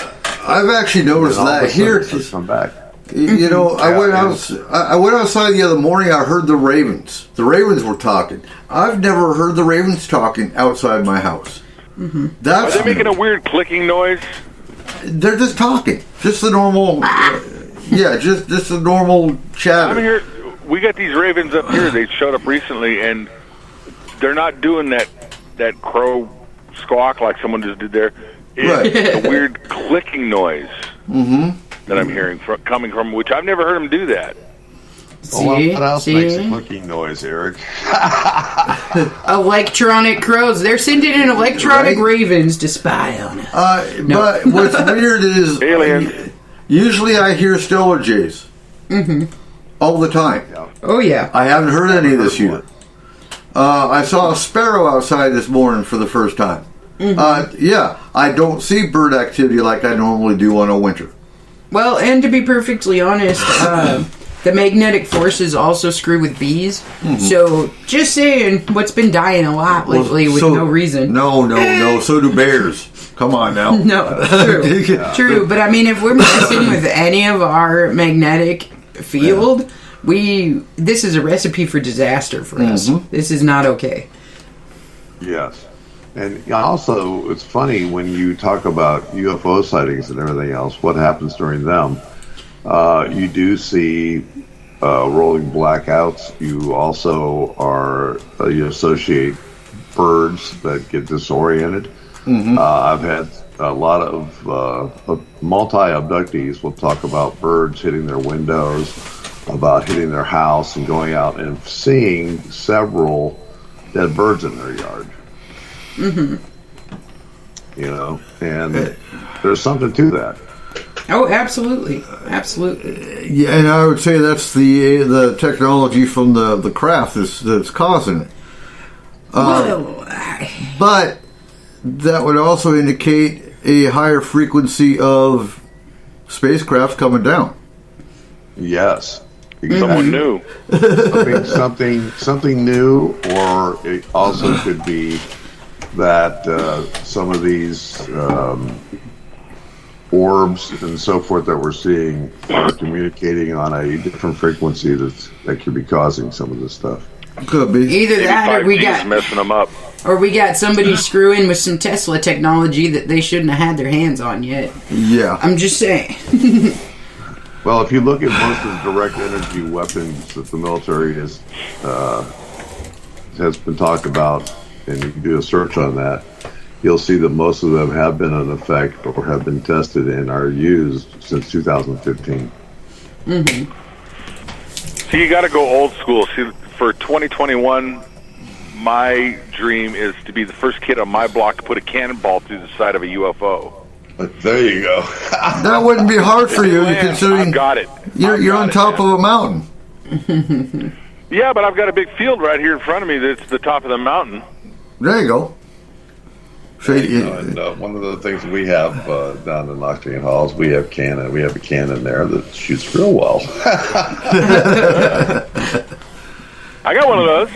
But how many kids are on your block? 1863 10-pound Parrot rifle. Yeah. How many kids are on your block, though, Joe? There's no kids on the block because I have a cannon. Exactly. So you don't got no competition. So you will be the first kid on your block to shoot at a UFO. Hopefully. So what if, just a theory here, and we'll never hear about it because, well, we just won't. But what if the booms are us taking out craft? Possible. Possible, very possible. And you're right, you will not, if you're using a direct energy beam or a microwave beam, and you are trying to take out craft, or and there's been a lot of reports of craft in the area, and if you are trying to do that, what better way, because you can reach out and touch somebody with an energy beam weapon. And what better time to do it than New Year's, where everyone's just going to go, that's just a firework. Yep. Someone's shooting a gun. That's all that is. The thing you'd have to look for with that, though, the government is telling all the aliens to get the hell off our lawn. right? And other things we know from reports from certain people that they have put lasers on some of Sharks. the jets, sharks, all that kind of stuff. Yes, sharks with lasers. I love it. Oh God, no laser sharks. So, has there been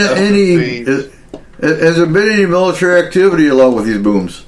Any convoys of trucks, things like that?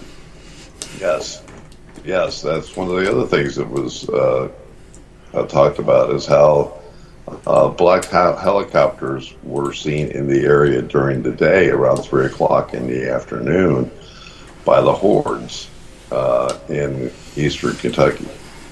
Okay. So an interesting military activity that's been going on around here for like the last 15 years. In fact, I think they've pretty much completed it. Is Interstate 80. They have raised all the bridges going over, and it starts in San Francisco, goes through Sacramento, and then up through our area, and up through Tahoe and into Reno, and it goes all the way across the country. But they spent the last 15 years raising the bridges another 2 feet. So how tall were they before? Apparently not tall enough to accommodate Abrams on the back of a flatbed is what I'm thinking. So what I'm thinking of is the Het. The Het is a very sophisticated tank truck, a tank hauler basically, and it stands about a good 20-25 foot tall. I had to work on them, and they are a lot of the electronics. We as mechanics couldn't repair. We actually have the civilian contractors come in and fix them. We had a truck that was haunted. I named her Christine. Really? Yeah. She started herself up. So the interesting backstory of Christine, she actually killed three civilians in Kosovo rolling through town. And ever since then, she would just start up on her own. And normally you'd think, okay, it's a computer glitch in the brain, whatnot. But the civilian contractors came out, switched out the brain, switched out all the electronics, and she still did it. Yeah. And even they were going, I don't know what to tell you, because there's no reason for her to start up on her own other than, well, she's got a spirit in her. Yeah. Yeah. Yep. Exactly. But the reason that's all I can think of is if they're raising the bridges would be for a convoy of Hets to come through with tanks on the back. But the Stryker took over for most of the units. We have Stryker brigades now that they got rid of a lot of the M1s. Not all of them. Obviously, we still have M1s in the cavalry units and whatnot. But the Stryker. There was a certain politician, I can't remember which one, honestly, that invested a lot of money in the Stryker company and got them to sign the bill that switched everything over to Stryker. Well, they didn't build it right. The transmissions were weak, the transfer cases were weak, and it proved ineffective in mountain areas. So, yeah, it was a wasted investment for the military. They probably went back to the M1 because the M1 was a sophisticated tank. Still is. Can shoot, target, and not even slow down at 60 miles an hour. So, there you go. But that's the only reason I could think of why they'd be raising the bridges 2 feet is to accommodate. Yeah, well, most of the Stryker brigades, we've got plenty of videos of them. They run up and down north and south, like from California, Oregon into Washington. They run on rails. Yes, they do run. Oh yeah. There's no real rail system going east. Well, that's why they're going to use Interstate 80, and that's why they raised all the bridges. But that's why I laughed. When we went to Iraq, I had to laugh because all the conspiracy theorists were, oh my God, there's convoys and convoys of military vehicles on trains going through Texas. They do that all the time. Well, it was stupid. We had to get all of our vehicles on railhead from Fort Lewis that were going to the Texas port for all of our vehicles to go to Iraq. So, yeah, you're talking, a whole battalion worth of vehicles going from Washington State to Texas. That's a lot of trucks. So that's why I always ask, civilians when they get panicky about military convoys. Well, where were they going? What kind of trucks were they? You just see bumper numbers. Bumper numbers tell me everything. Yeah. I've got to tell you something about Interstate 80. It's one of the oldest highways in the country. Mm-hmm. All right. 80's been around for a long time. It goes all the way across. Goes into Pennsylvania, goes across to Ohio, Indiana, all that. And it goes all the way to the coast. Goes right by me. Yes. And the funny thing about it is that how many times do you think that they have repaired and put new asphalt down? And they never put the other old asphalt up or anything else. And what happens is as they're doing that, it raises the highway. Yes, it raises the highway, and then vehicles cannot get under it. Mm-hmm. Actually, I've seen them do that here, and they do tear up the old asphalt. Now here in California, they do.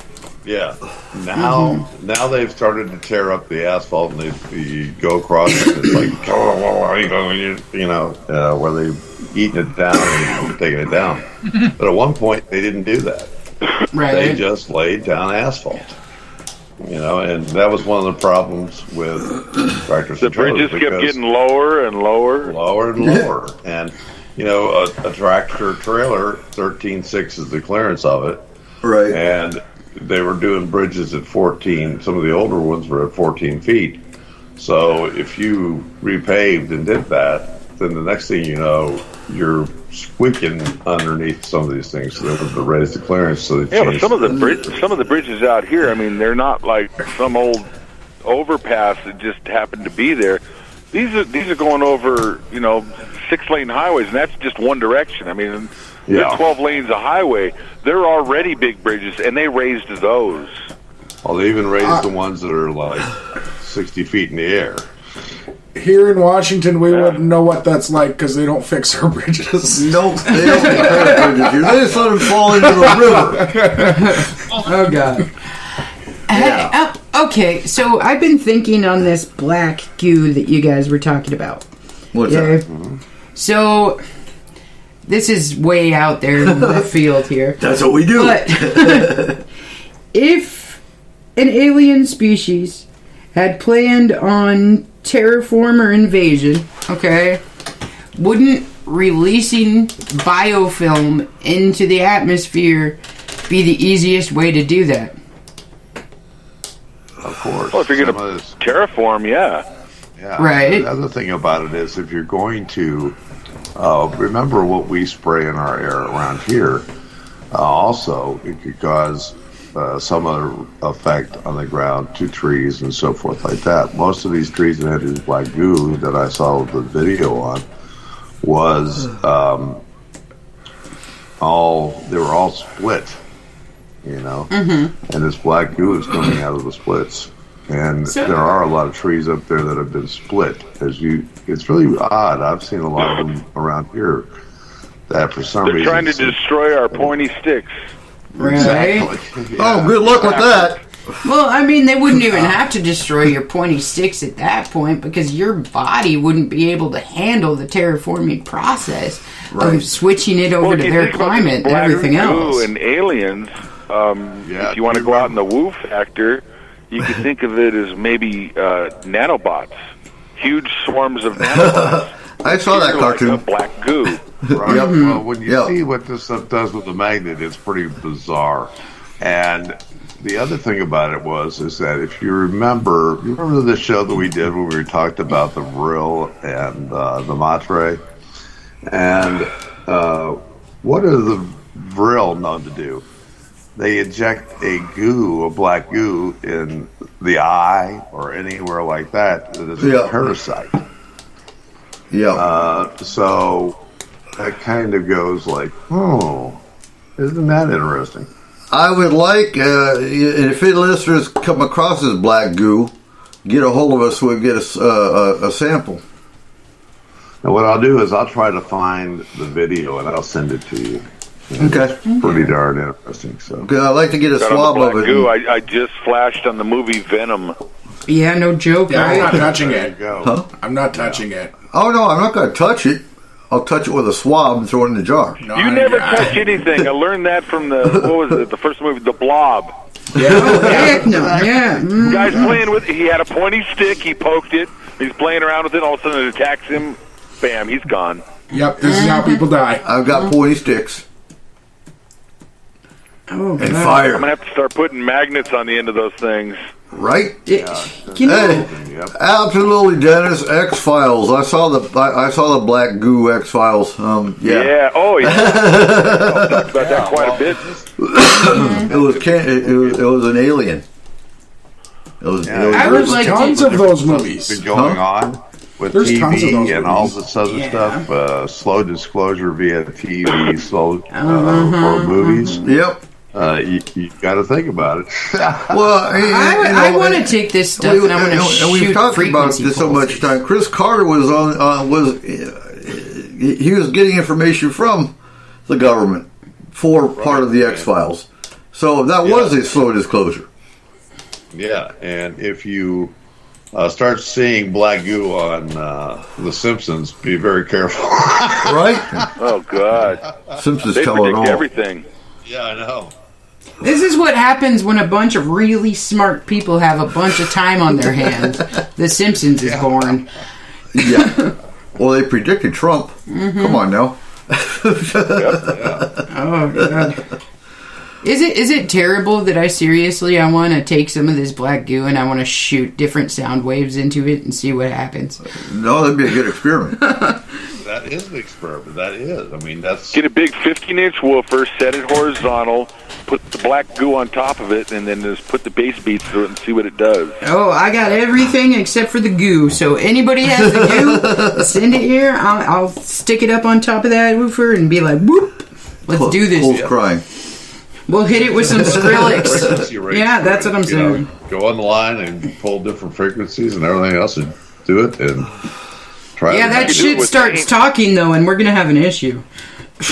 Well, we have our geologist on the show, so I'd be curious if geology plays into this. Mix it with some chords. Is there a granite rock around it? Is there a certain tree species around it? Always granite rock around. Let's take it and mix it with some mercury and see what happens. Mercury kills everything. Does it? We need to get gonna Arnold to check lick it. his sources in the in the park department. Right? Is this black goo why they're shutting areas down? No. Oh, good question, Dennis. Trees and get that black goo. Huh? I said I bet I could go out and go right to some of the trees that have this black goo. Is there a certain tree? Something that he did. He just said something that kind of set off things in my mind. Well, Dennis wants to know: is there a monolith nearby? But the problem with that, there's so many fake monoliths, like we were talking about last week.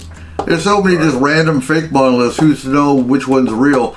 Unless the real monoliths. Well, what if the real monoliths have the black goo? Oh God, so many black goo questions. I'm scared. Yes. It's terrifying. All we patterns. brought the new thing for 2021: black goo. Yeah. Black goo and loud booms. So we're just going to call this the year of the goober? And for our local listeners, because I know we have a lot of local listeners listening, if you find black goo up here, let me know. Also, Yes, if you find black glue, let the iguana lick it. I want to see if it turns into something. Oh, what if black goo is really Bigfoot crap? Ew. Well, no one's found a lot of. No one's Why found would it be big coming out of trees, though? from. Oh God, I'm not going to go there. There are a lot of people that have to do that in certain ways. Maybe Bigfoot's just one of those. Some people have to get completely naked. No. He hugs trees. Yeah, right. You know. Yeah, no, this is just the fairies fighting back. They're done. They're sick of us ruining their planet. They're gooing us out. What was Either that movie? or The Happening?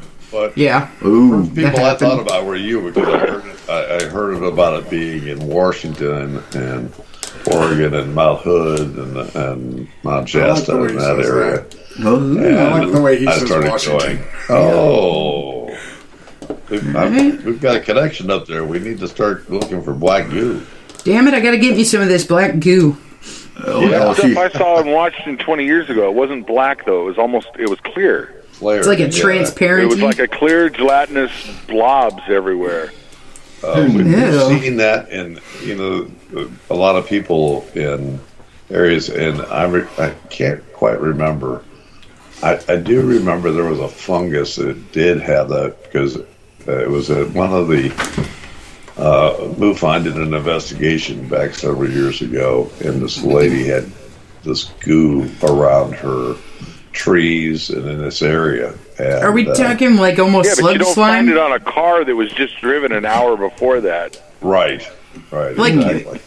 when you're talking about like the transparency gooiness, are we talking like slug slime, basically? Kind of, but it was more solid than it was everywhere. I mean, it wasn't like a trail of slime from a snail or something or a slug. Mm-hmm. That's usually shiny though. Blew up something over the town and it was everywhere. I mean, some of it was a couple inches thick. Okay, so like the sticky goo that they use to hold the little packaging together, where it's like hard but clear, but kinda. Okay. It was really weird. Weird white transparent goo. Now it's turned black. Jiggly. Jiggly. So like gelatin, like pure gelatin though. Yeah, it was like gelatin, and I walked outside to smoke cigarettes. What is all this stuff? It was everywhere. It was on the hood of the car. It was on the roof of it. It was on the ground everywhere. That sounds more like chemtrail. That's gross. That'd be gooey. So somebody had goo that fell out of the sky from a chemtrail, and they actually did swab it. And they took it to a lab, and the lab came up with it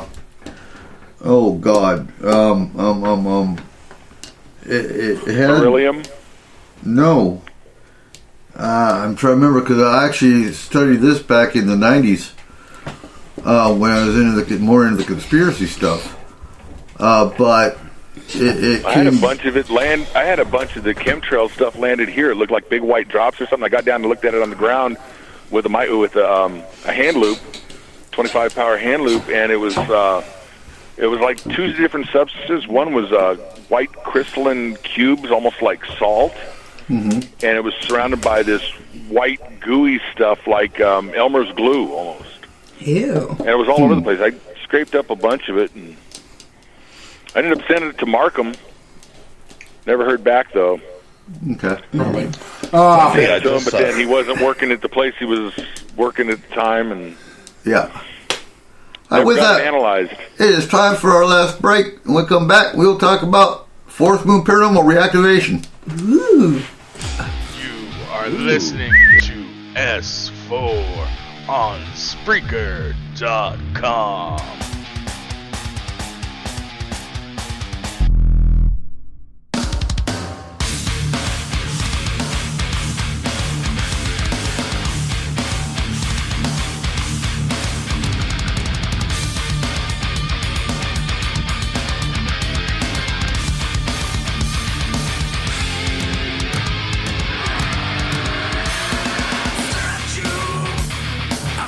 Break. You're going down.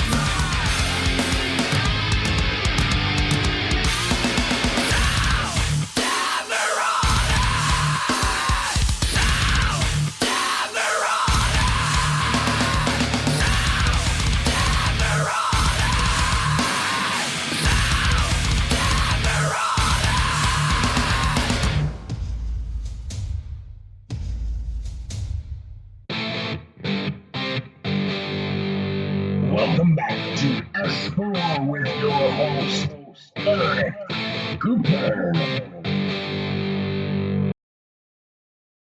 Hello, and welcome back to S4 as we are on our last hour.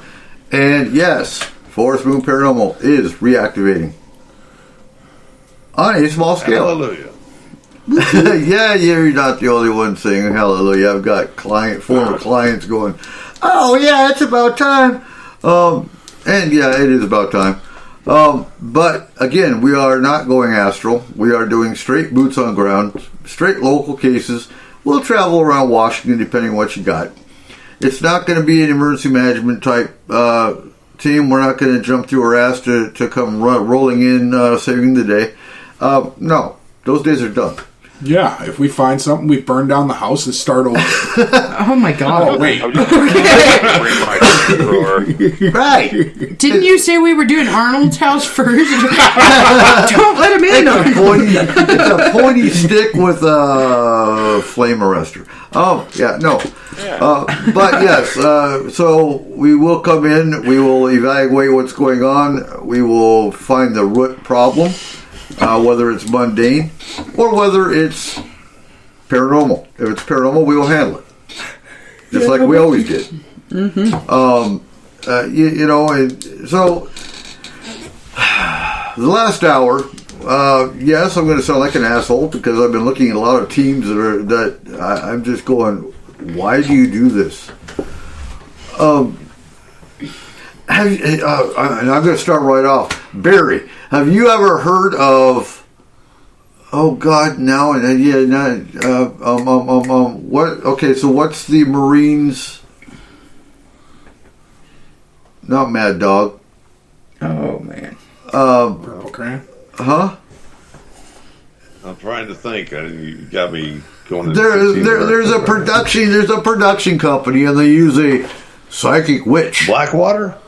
No, it's not Blackwater, but they have this psychic witch that goes on Madam something or other, and they go out and they are the end all of all paranormal. Dude, there is no end all. There is no paranormals. There is no master paranormal, and I think what we need to address too is to people that are having issues. What do you look for when you're going to contact a paranormal team? We've done this before. Yeah. If they charge money, walk away. If they say they're paranormal experts, immediately. If they say they're paranormal experts, oh my God, you run away because there's no paranormal in this field. I've been in this field. Barry's been in this field for 40 years. I've been in this field for 30 years, and we're still learning something new every day. Every case we did. Theories you and I probably had at one point. Absolutely. And anytime you get a paranormal group, the first 2 years or the first 5 years, that's what we always talk about. You don't deal with paranormal teams that have been around for 2 years or 5 years.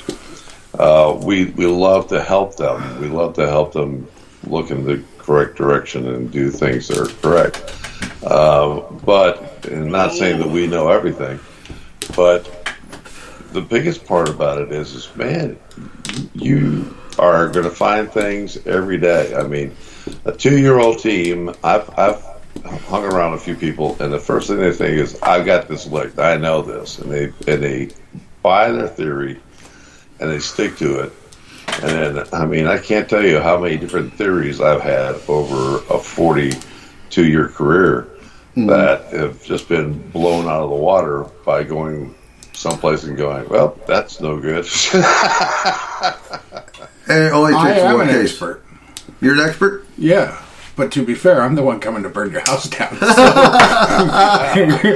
Oh. Pyrotechnician. But I also can't tell you how many times we've had clients that FMP was the end all. FMP was their last resort, and they didn't know what they were going to do. They already had 3 teams, a Catholic priest, an evangelical preacher. They had, oh my God, there's one case specifically I can say, well, there's more than one, but they had everybody and their brother show up. I do gotta say, sometimes I can't imagine it's always the team's fault for some new teams. It depends. With some of the clients we saw come through, oh yeah, there's got to be at least one team that gets every crap client. The ones that, when you tell them not to do something, they call you the next day. Okay, so I did that. What do I do next? No, and there's also the client. So there's also the client that you tell them what the problem is, you fix the problem, and they go back and do it again. Yeah. And they cause the problem again. And those cases, yeah, you just tell them, well, I told you, we'll do it one more time, third strike, you're out. Now, with how many paranormal teams there are, statistically, there has to be one that has only ever gotten that type of client.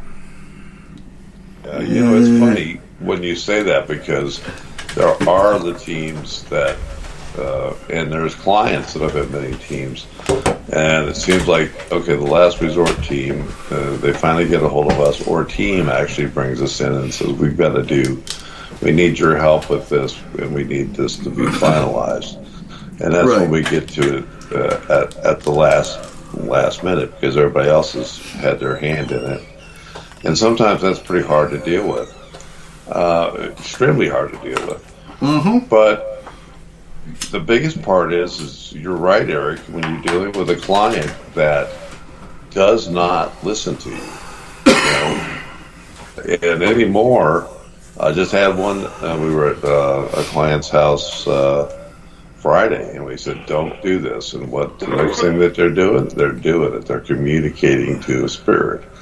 And I'm like going, look, the fastest way to get me not to come to your house is to tell me that you're not going to listen to me. But in all fairness, with those, you have to evaluate the client along with the environment.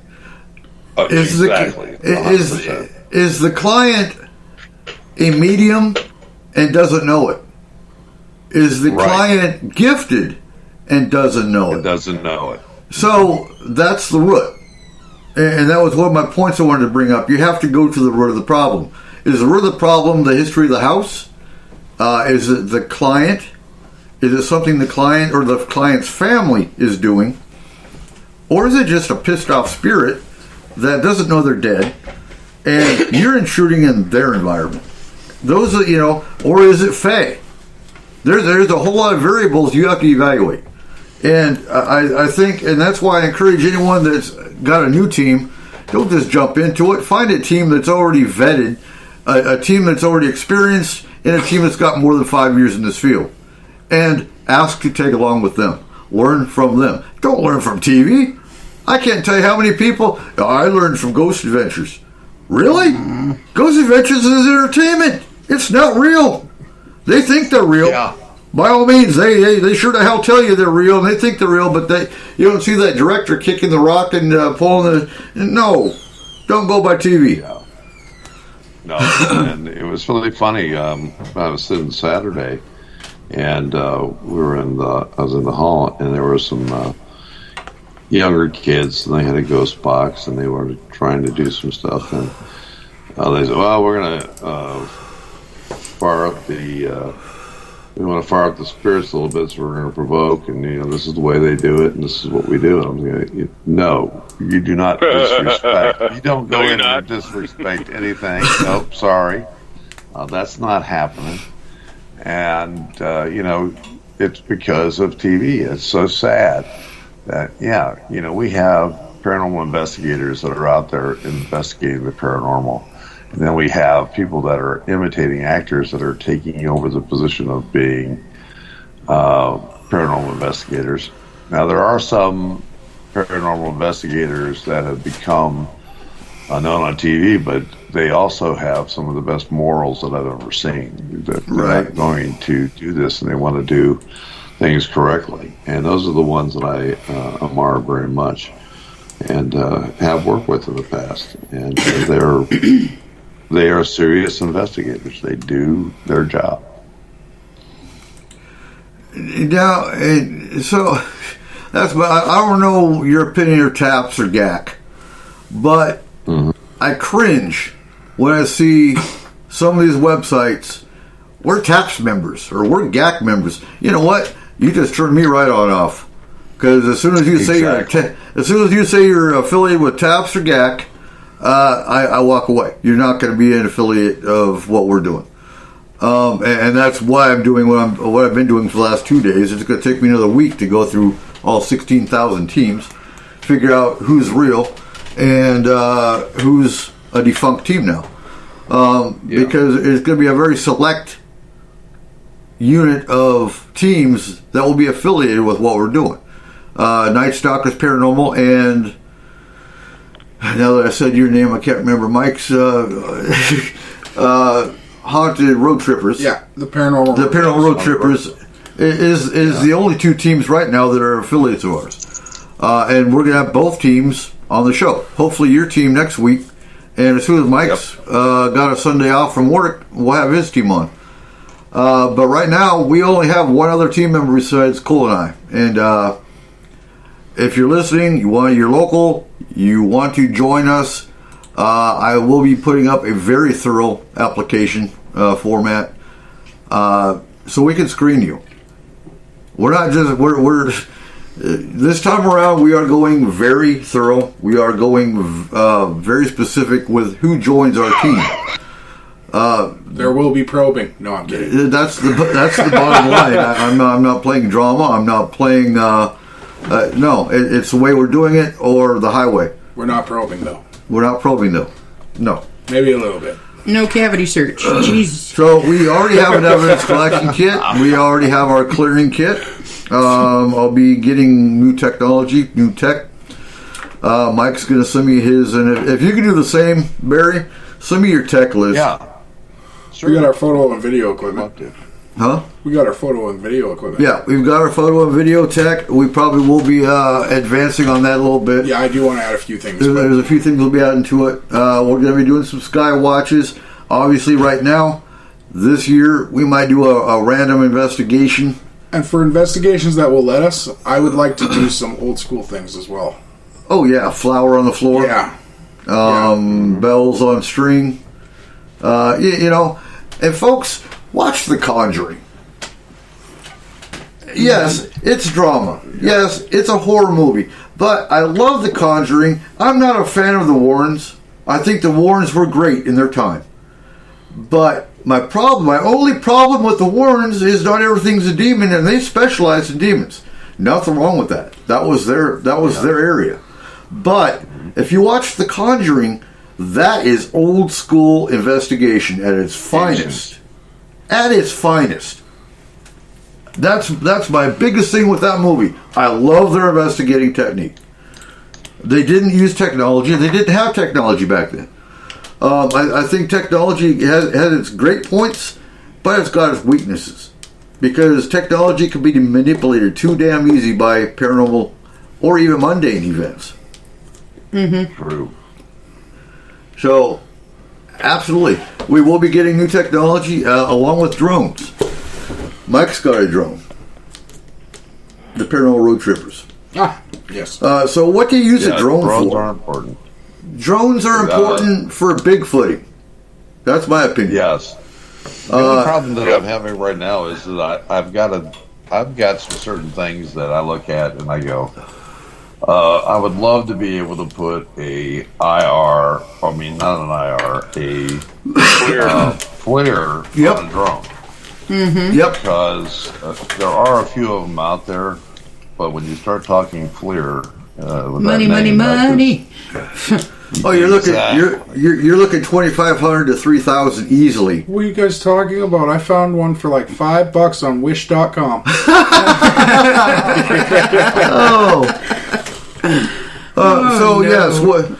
What is a clearing kit? So here's another pet peeve of mine. No, sage is not a fix-all. The first time, I see people asking for help in paranormal groups on Facebook, and there's at least 20 comments going, "Have you saged yet?" No, you got to get to the root of the problem before you just go throwing sage around. I disagree a little bit. Is Cole's flamethrower part of the clearing kit?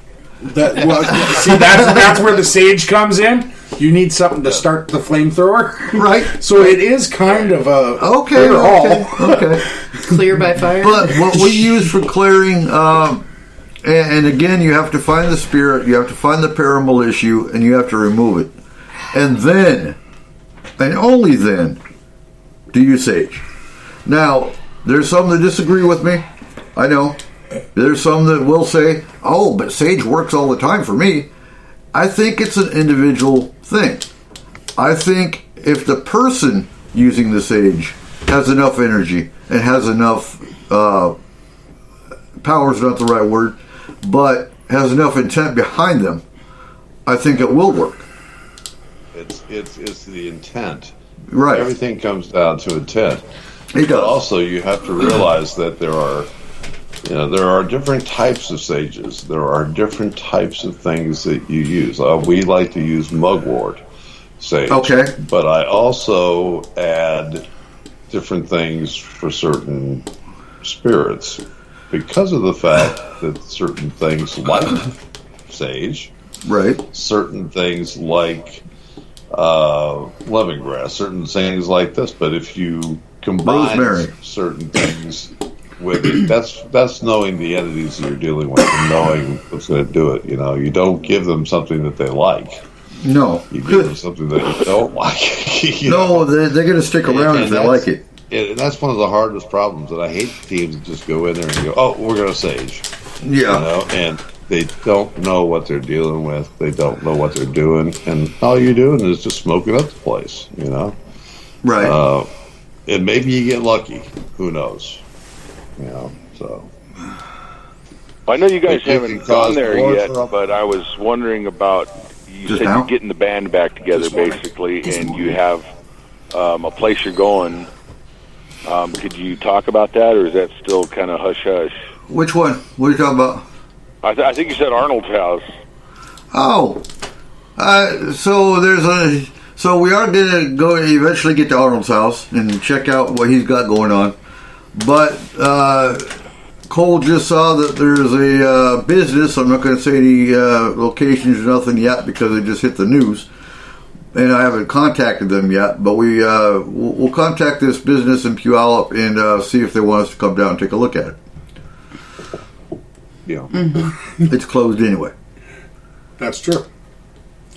And that's actually the only reason that they have had the experiences that they're having is because normally it's a very busy place and...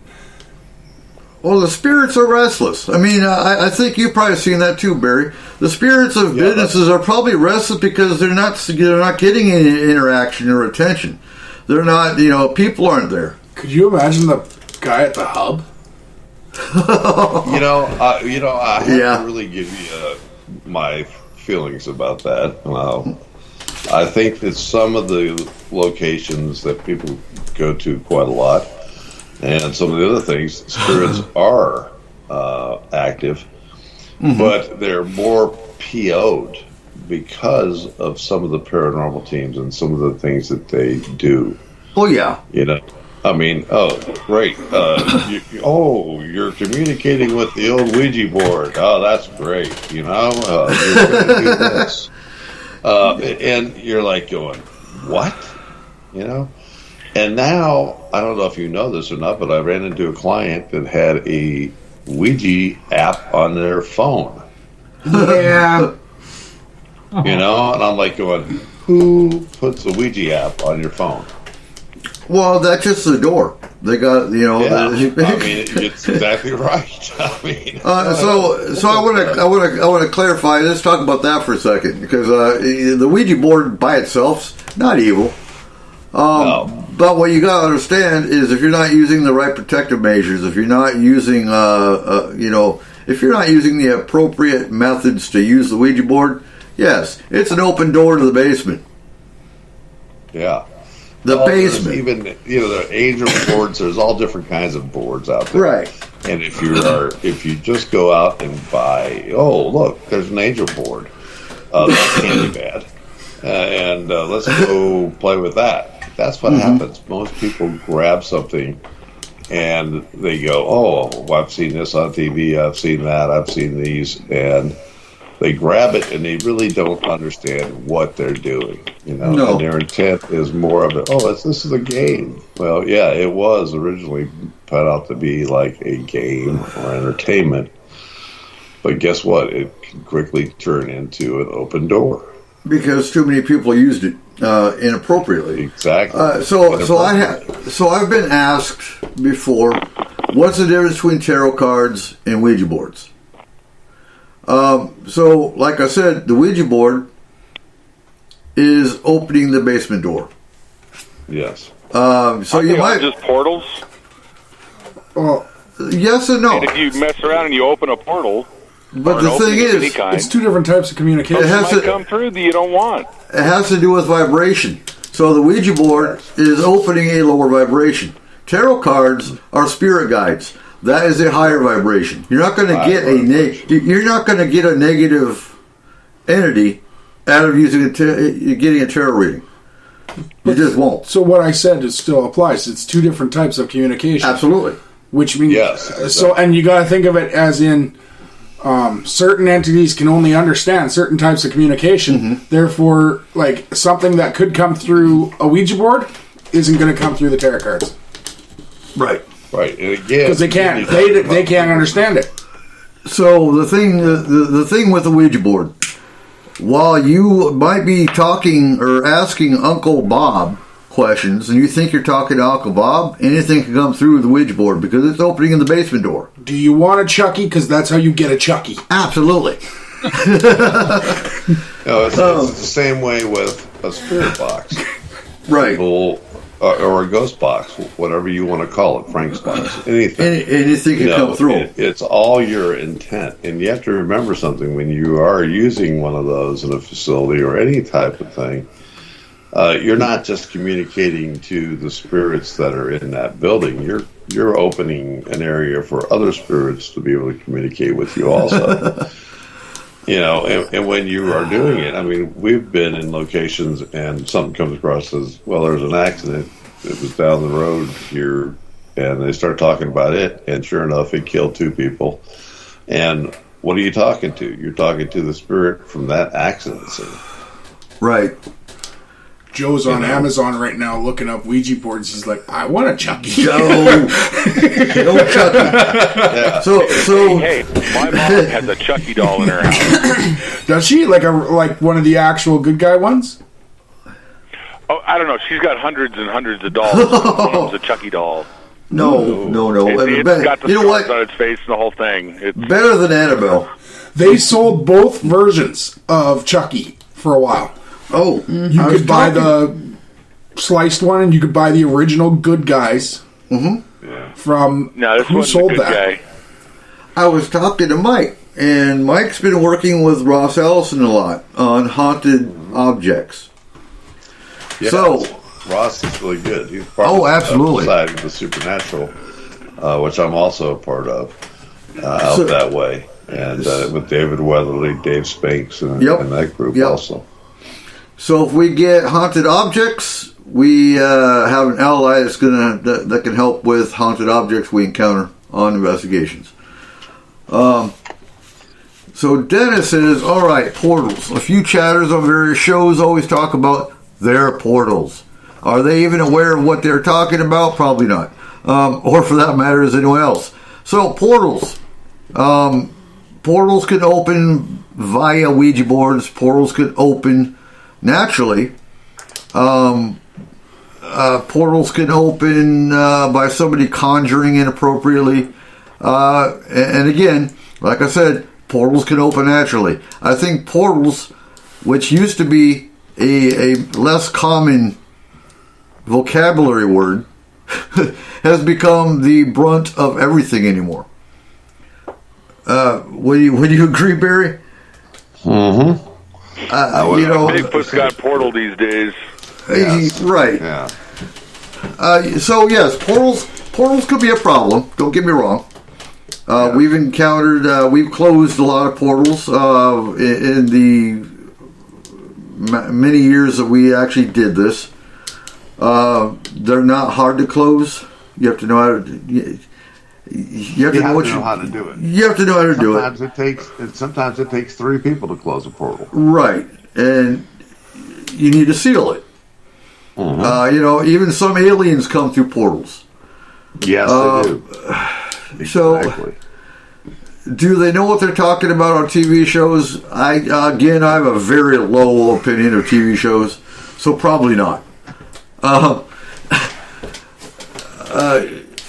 You kind of know whether they do or not by how they talk about it, for one. Yeah. Their ego is the biggest problem. Oh, absolutely. The team's problems that you have is an ego. And if you start seeing teams with egos, that's when you're going to have problems. You know, I will never be on TV on paranormal. FMP got invited to a paranormal or TV show, and we turned them down. I've gotten phone calls, and it's really weird getting a phone call on a cell phone with a woman with a British accent who's calling you from London going, "Hi, I'm with such and such production, and do you have any clients that you would like to come on the show for?" No. Bye-bye. Yes, I'll speak for my clients when I say no, because usually by the time they reach us, they are so tired, they don't want to be on no damn TV show. No, exactly. Kind of makes me want to do it and just pretend to be the client. Like, you know what, asshole? They're looking for they're looking for your hard work that they can go in and give it to another team to just film what the story is, the storyline. And a producer is going to put his spin on it, so whatever happens is not going to be real anyway. Because most of the teams that are involved with this are looking for this. You don't have any of the rights, and that's what's so important. I would do TV or anything like that, or a movie, if you have the rights and you have the ability to be able to have control of it. Yeah. You don't want to put out something that says, "Oh, this is what so-and-so says." No, I want to have the control to say, "You can't say that because I'm not saying that." It's not going to happen. So you have different motivations for wanting to be in the paranormal. The motivation I can get on board with are the ones that make a team because they had an encounter. And they want to figure out what caused the encounter. Then you got the other ones that they want to be Zach Baggins. They want to be famous. I want to beat Zach Baggins too. No, you don't. With a stick. I said beat. With a stick. Oh, beat. Okay. Bilbo Baggins. No, he doesn't want to beat. Hey, He you wants can't to beat little people. That's not okay. That's not PC, bro. But you got these teams that just see now we're gonna Joe's gonna get a TV show, and so there's gonna be a pointy stick with an ice cream cone on. Yep. But if you ice cream cone, if you turn them upside down, they're a pointy stick. They are. Exactly. They are with a swirl. But if you jump into the paranormal because you want to be on TV, give it up. Then you got the ones that want to make money. Sorry, we're broke.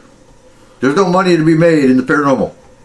And if you do make money in the paranormal, then you're in it for the wrong reason. That is not true. We will tell clients right now, do not go to any team that's charging you money. You just have to open up two things. What? A paranormal team. Right.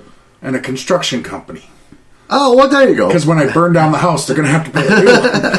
Oh, God. You will burn down a house. One of the biggest things that I found out about the paranormal. Works for spiders. People who write books and everything else to it. And just because they have a book out doesn't mean that they are anything special. It doesn't mean jack. Yeah. Think of it as picking a paranormal team. Think of it as dating. Yeah. If you have to pay the girl, it's not real. Right. Exactly. And it's also, when you are in this, the biggest thing that I have ever found out about the paranormal is that you spend more money because you're driving, you're sucking up gas, vehicles are being beat up, and we go long distances. We do it because we love to help other people, and that's what we're trying to do. And if you're not in for it for that, and you're not into it for the research, then don't get into it. That's the biggest thing I can say. So real quick, Dennis wants to know, he's still wondering what happened to the Warren's Paranormal Collection. Last I knew, they still have their museum. It's is it in Florida? Connecticut, I believe. Connecticut. And I believe it's their nephew that runs it. It's at their original house, isn't it? Together? Yeah. The one they Yeah. So it is still under lock and key. It is still protected. I know you can't touch Annabelle's locked. It's closed. Yeah. Yeah. Due to COVID. Oh, yeah. But it is still in the museum at the Warrens' original house, I believe. Like, we have a Bigfoot museum here, but they've been closed since this year, too. Oh, yeah. But that's not a museum. Yeah. The nephew is John Zappis, by the way. I use museum. Say again? Oh, is it? John Zappis. Yeah, he had a show for a while. I saw him. Yeah, Haunted Collector. Yeah. Yep. Yes. And yes, John it is safe, a great Dennis. guy. If you've ever met John, he's just a super guy. And you'll never hear me say a bad word about John Zappis. I was amazed at one of his shows. They went into a house and they're having all these problems. They thought there might have been a murder there or whatever. And he kept saying, you know what, right here under this spot in the floor, go under here, because it was, there was no basement. And he says, dig down there. And they had the guy crawl under the house and dig there. And they found an old pistol. Yeah. Right where he was pointing. Yeah. And that always amazed me. Yeah, there are some, there are some amazing things in the paranormal. And John's been around for 45 years or so. I remember one night, probably one of the best nights I ever had. I was with John Staffis, Rosemary Allen Galley, David Weatherly, Dave Spinks, and myself were sitting around the table in the Blair House in Ohio, right by the river there, with Christian Lee. And golly, geez, it was just a wonderful conversation with those kind of people. And it was just a very special night. Very special night. So let's talk training, because we will be, like we always did, FMP will be doing our own training program, which will include symbology and occult practices. Because, hey, I've seen too many teams walk into homes that have a very simple pentacle on the wall or on the floor. A pentacle is a protective symbol. It's not a conjuring symbol. If you don't know what you're looking at, then obviously, oh my God, the devil was here. No, he wasn't.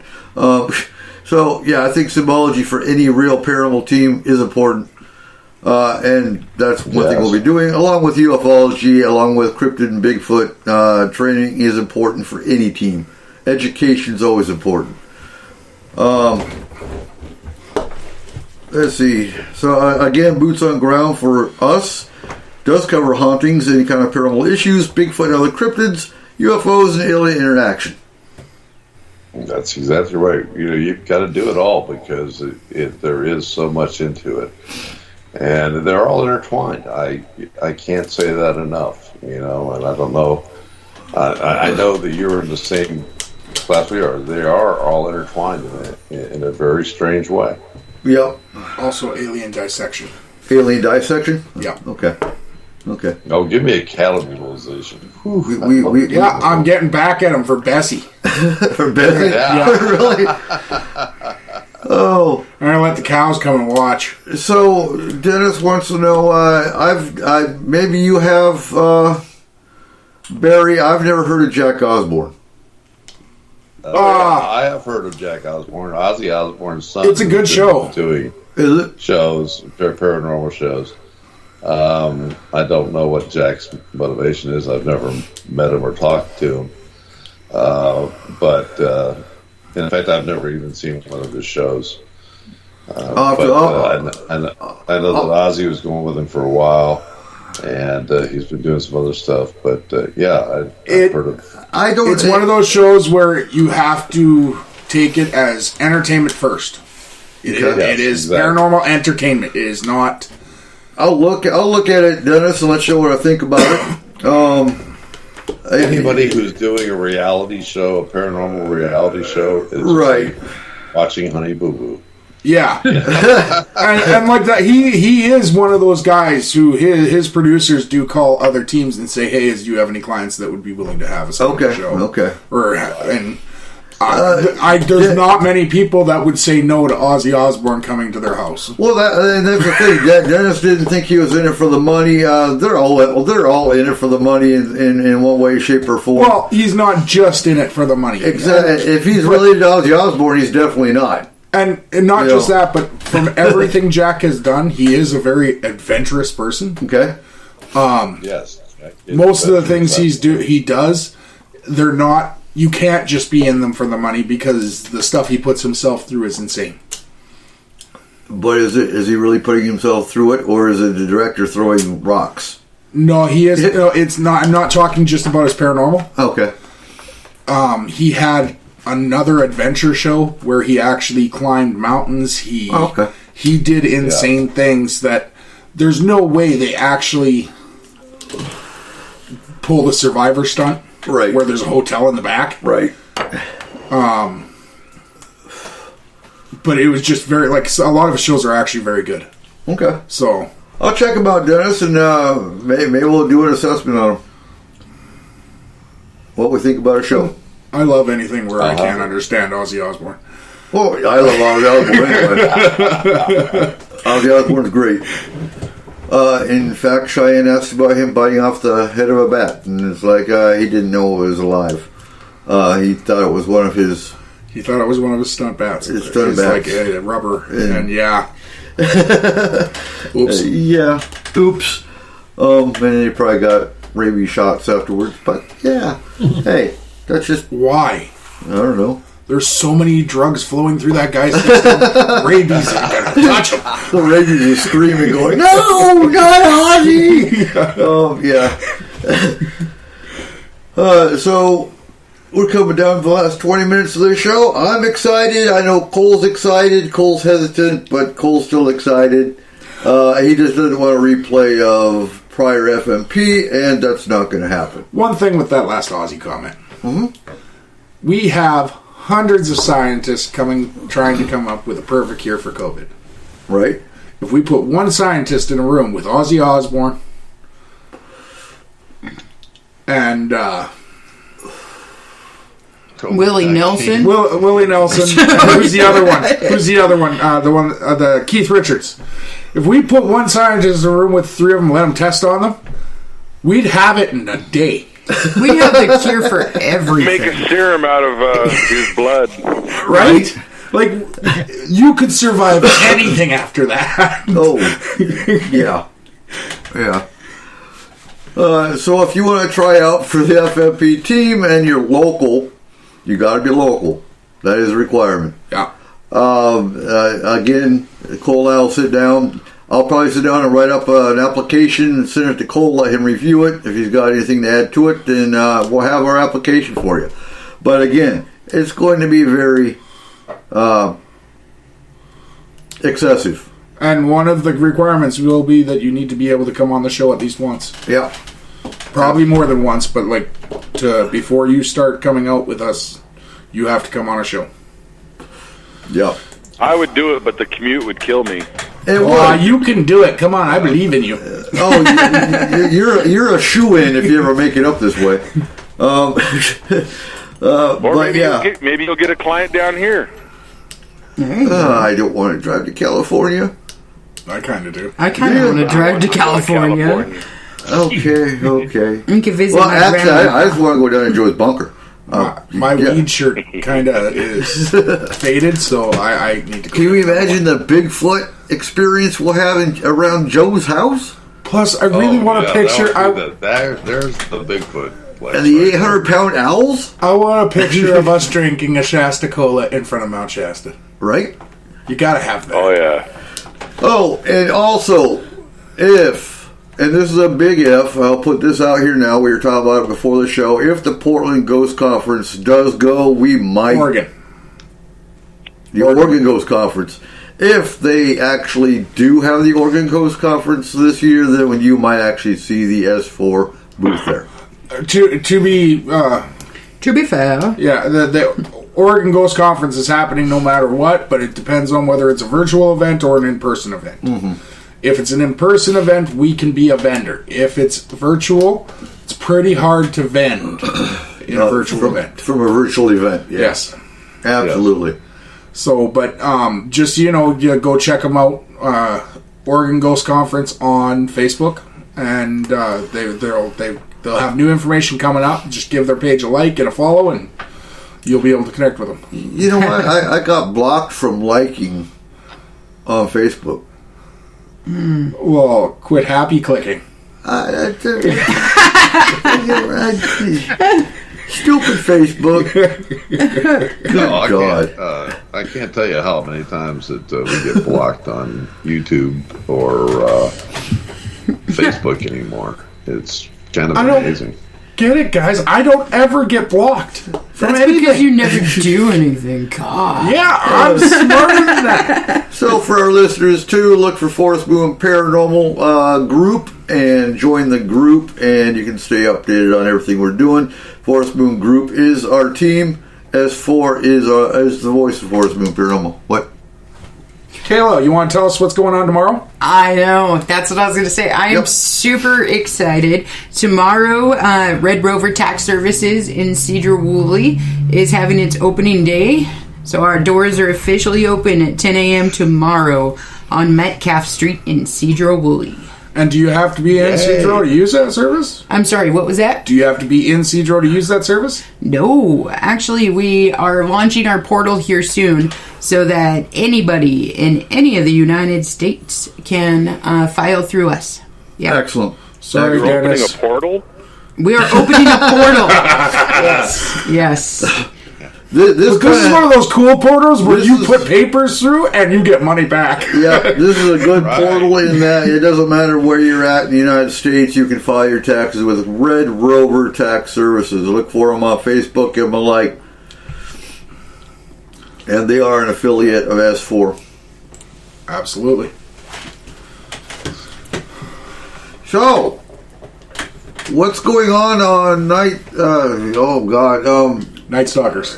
Oh my God. On Into the Fire. Into the Fire. It's been a long night. The voice of Night Stalkers. This week we have a abductee that has been been around for a little bit. You even know him. He's going to come on the show and speak about some other things that has clicked with him. And it should be a really interesting show. We're probably going to be using an alias for him, and but he's got some really interesting information. And in fact, I'll be talking to him tomorrow and putting the show together. We're going to do probably about 2-hour show on Into the Fire, and it's going to be talking about my labs and some of the deep dark states and some of the things that are going on that affect abductees that most people don't talk about. Excellent. And do you guys have any active cases that you're working on that you can talk about?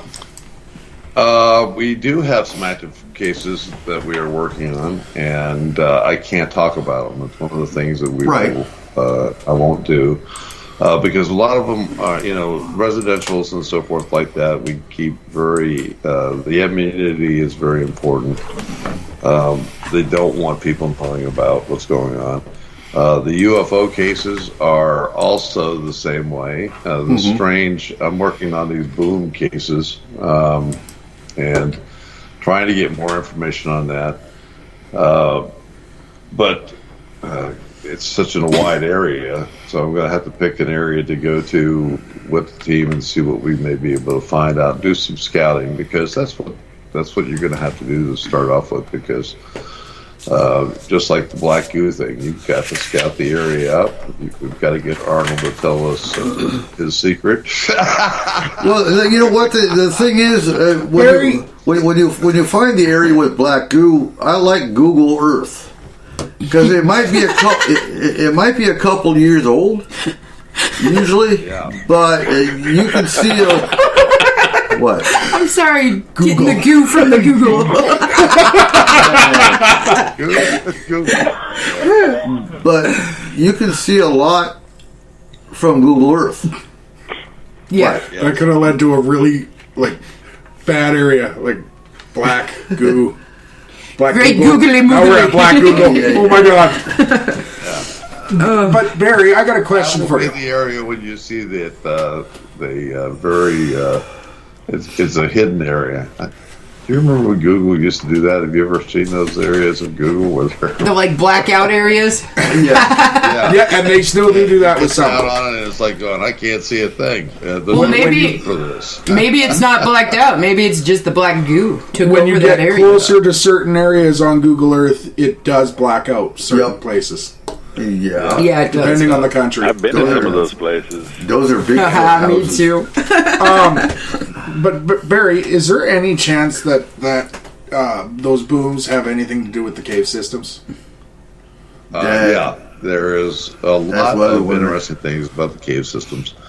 We've had a lot of military activity in the cave systems. Some of the old mines that have been closed down here in this area, and as you know, a lot of coal mines, even mushroom mines, have been taken over by militaries. And what you see is it's not really the military; they're vehicles that are unmarked. They don't have DOT numbers on them. Even white box trucks, white vans going into these areas. Activity has been going around. It's they're secure facilities. And the next thing you know, you see these trucks running around, but they don't have license plates. They don't have Try to give me anything else that's supposed to have on them. Try to give me pictures.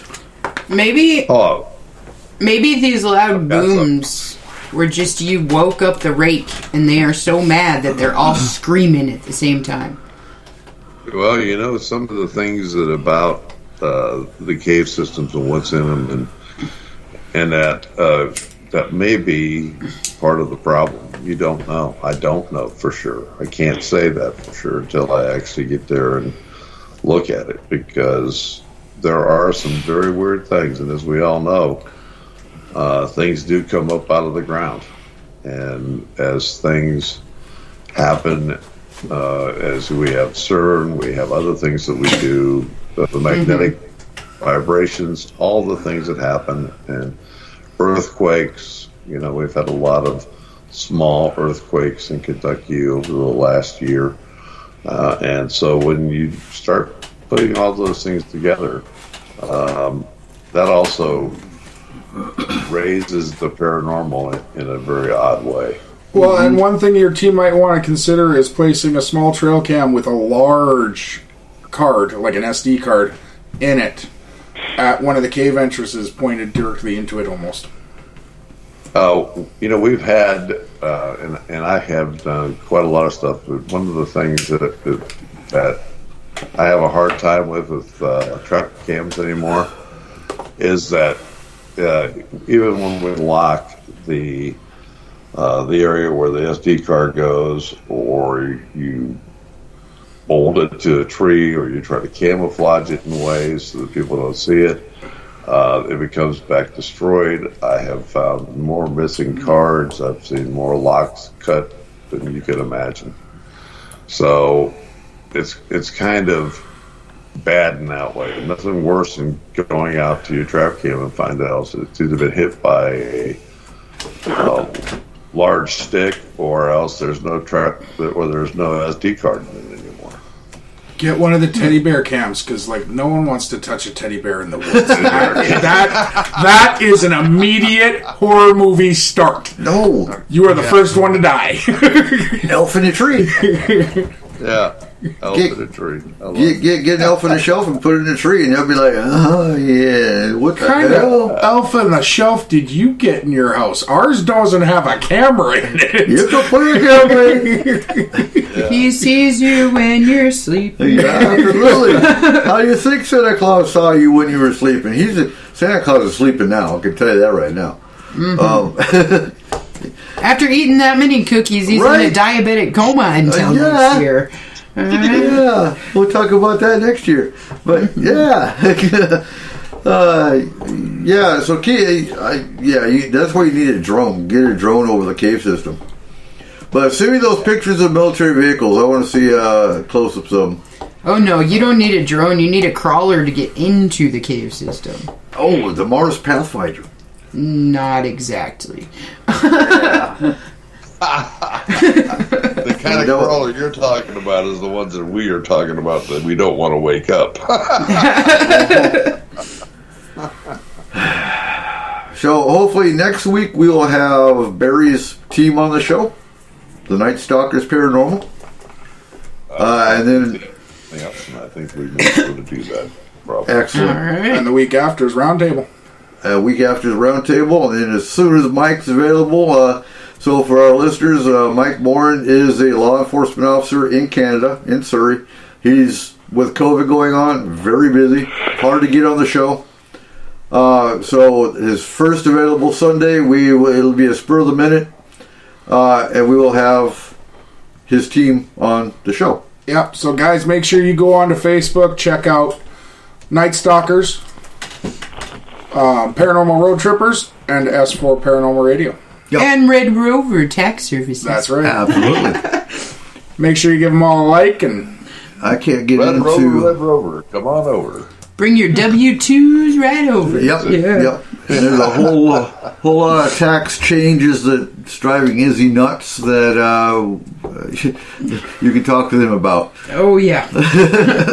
We've been taking courses, all kinds of fun stuff to figure out the tax changes for 2020. The new updates for 2021. So with that, folks, stay safe. Stay tuned next week. You got any issues, give me a message, send me a friend request on Facebook, and I will chat with you if you want to be on the team. Again, this will be a slow process because we are getting tech together. We're getting our code of conduct is probably going to be relatively the same, and you will be signing it along with some other contracts that we will be putting together. So this is a solid team. So with that, remember, keep your eyes to the skies.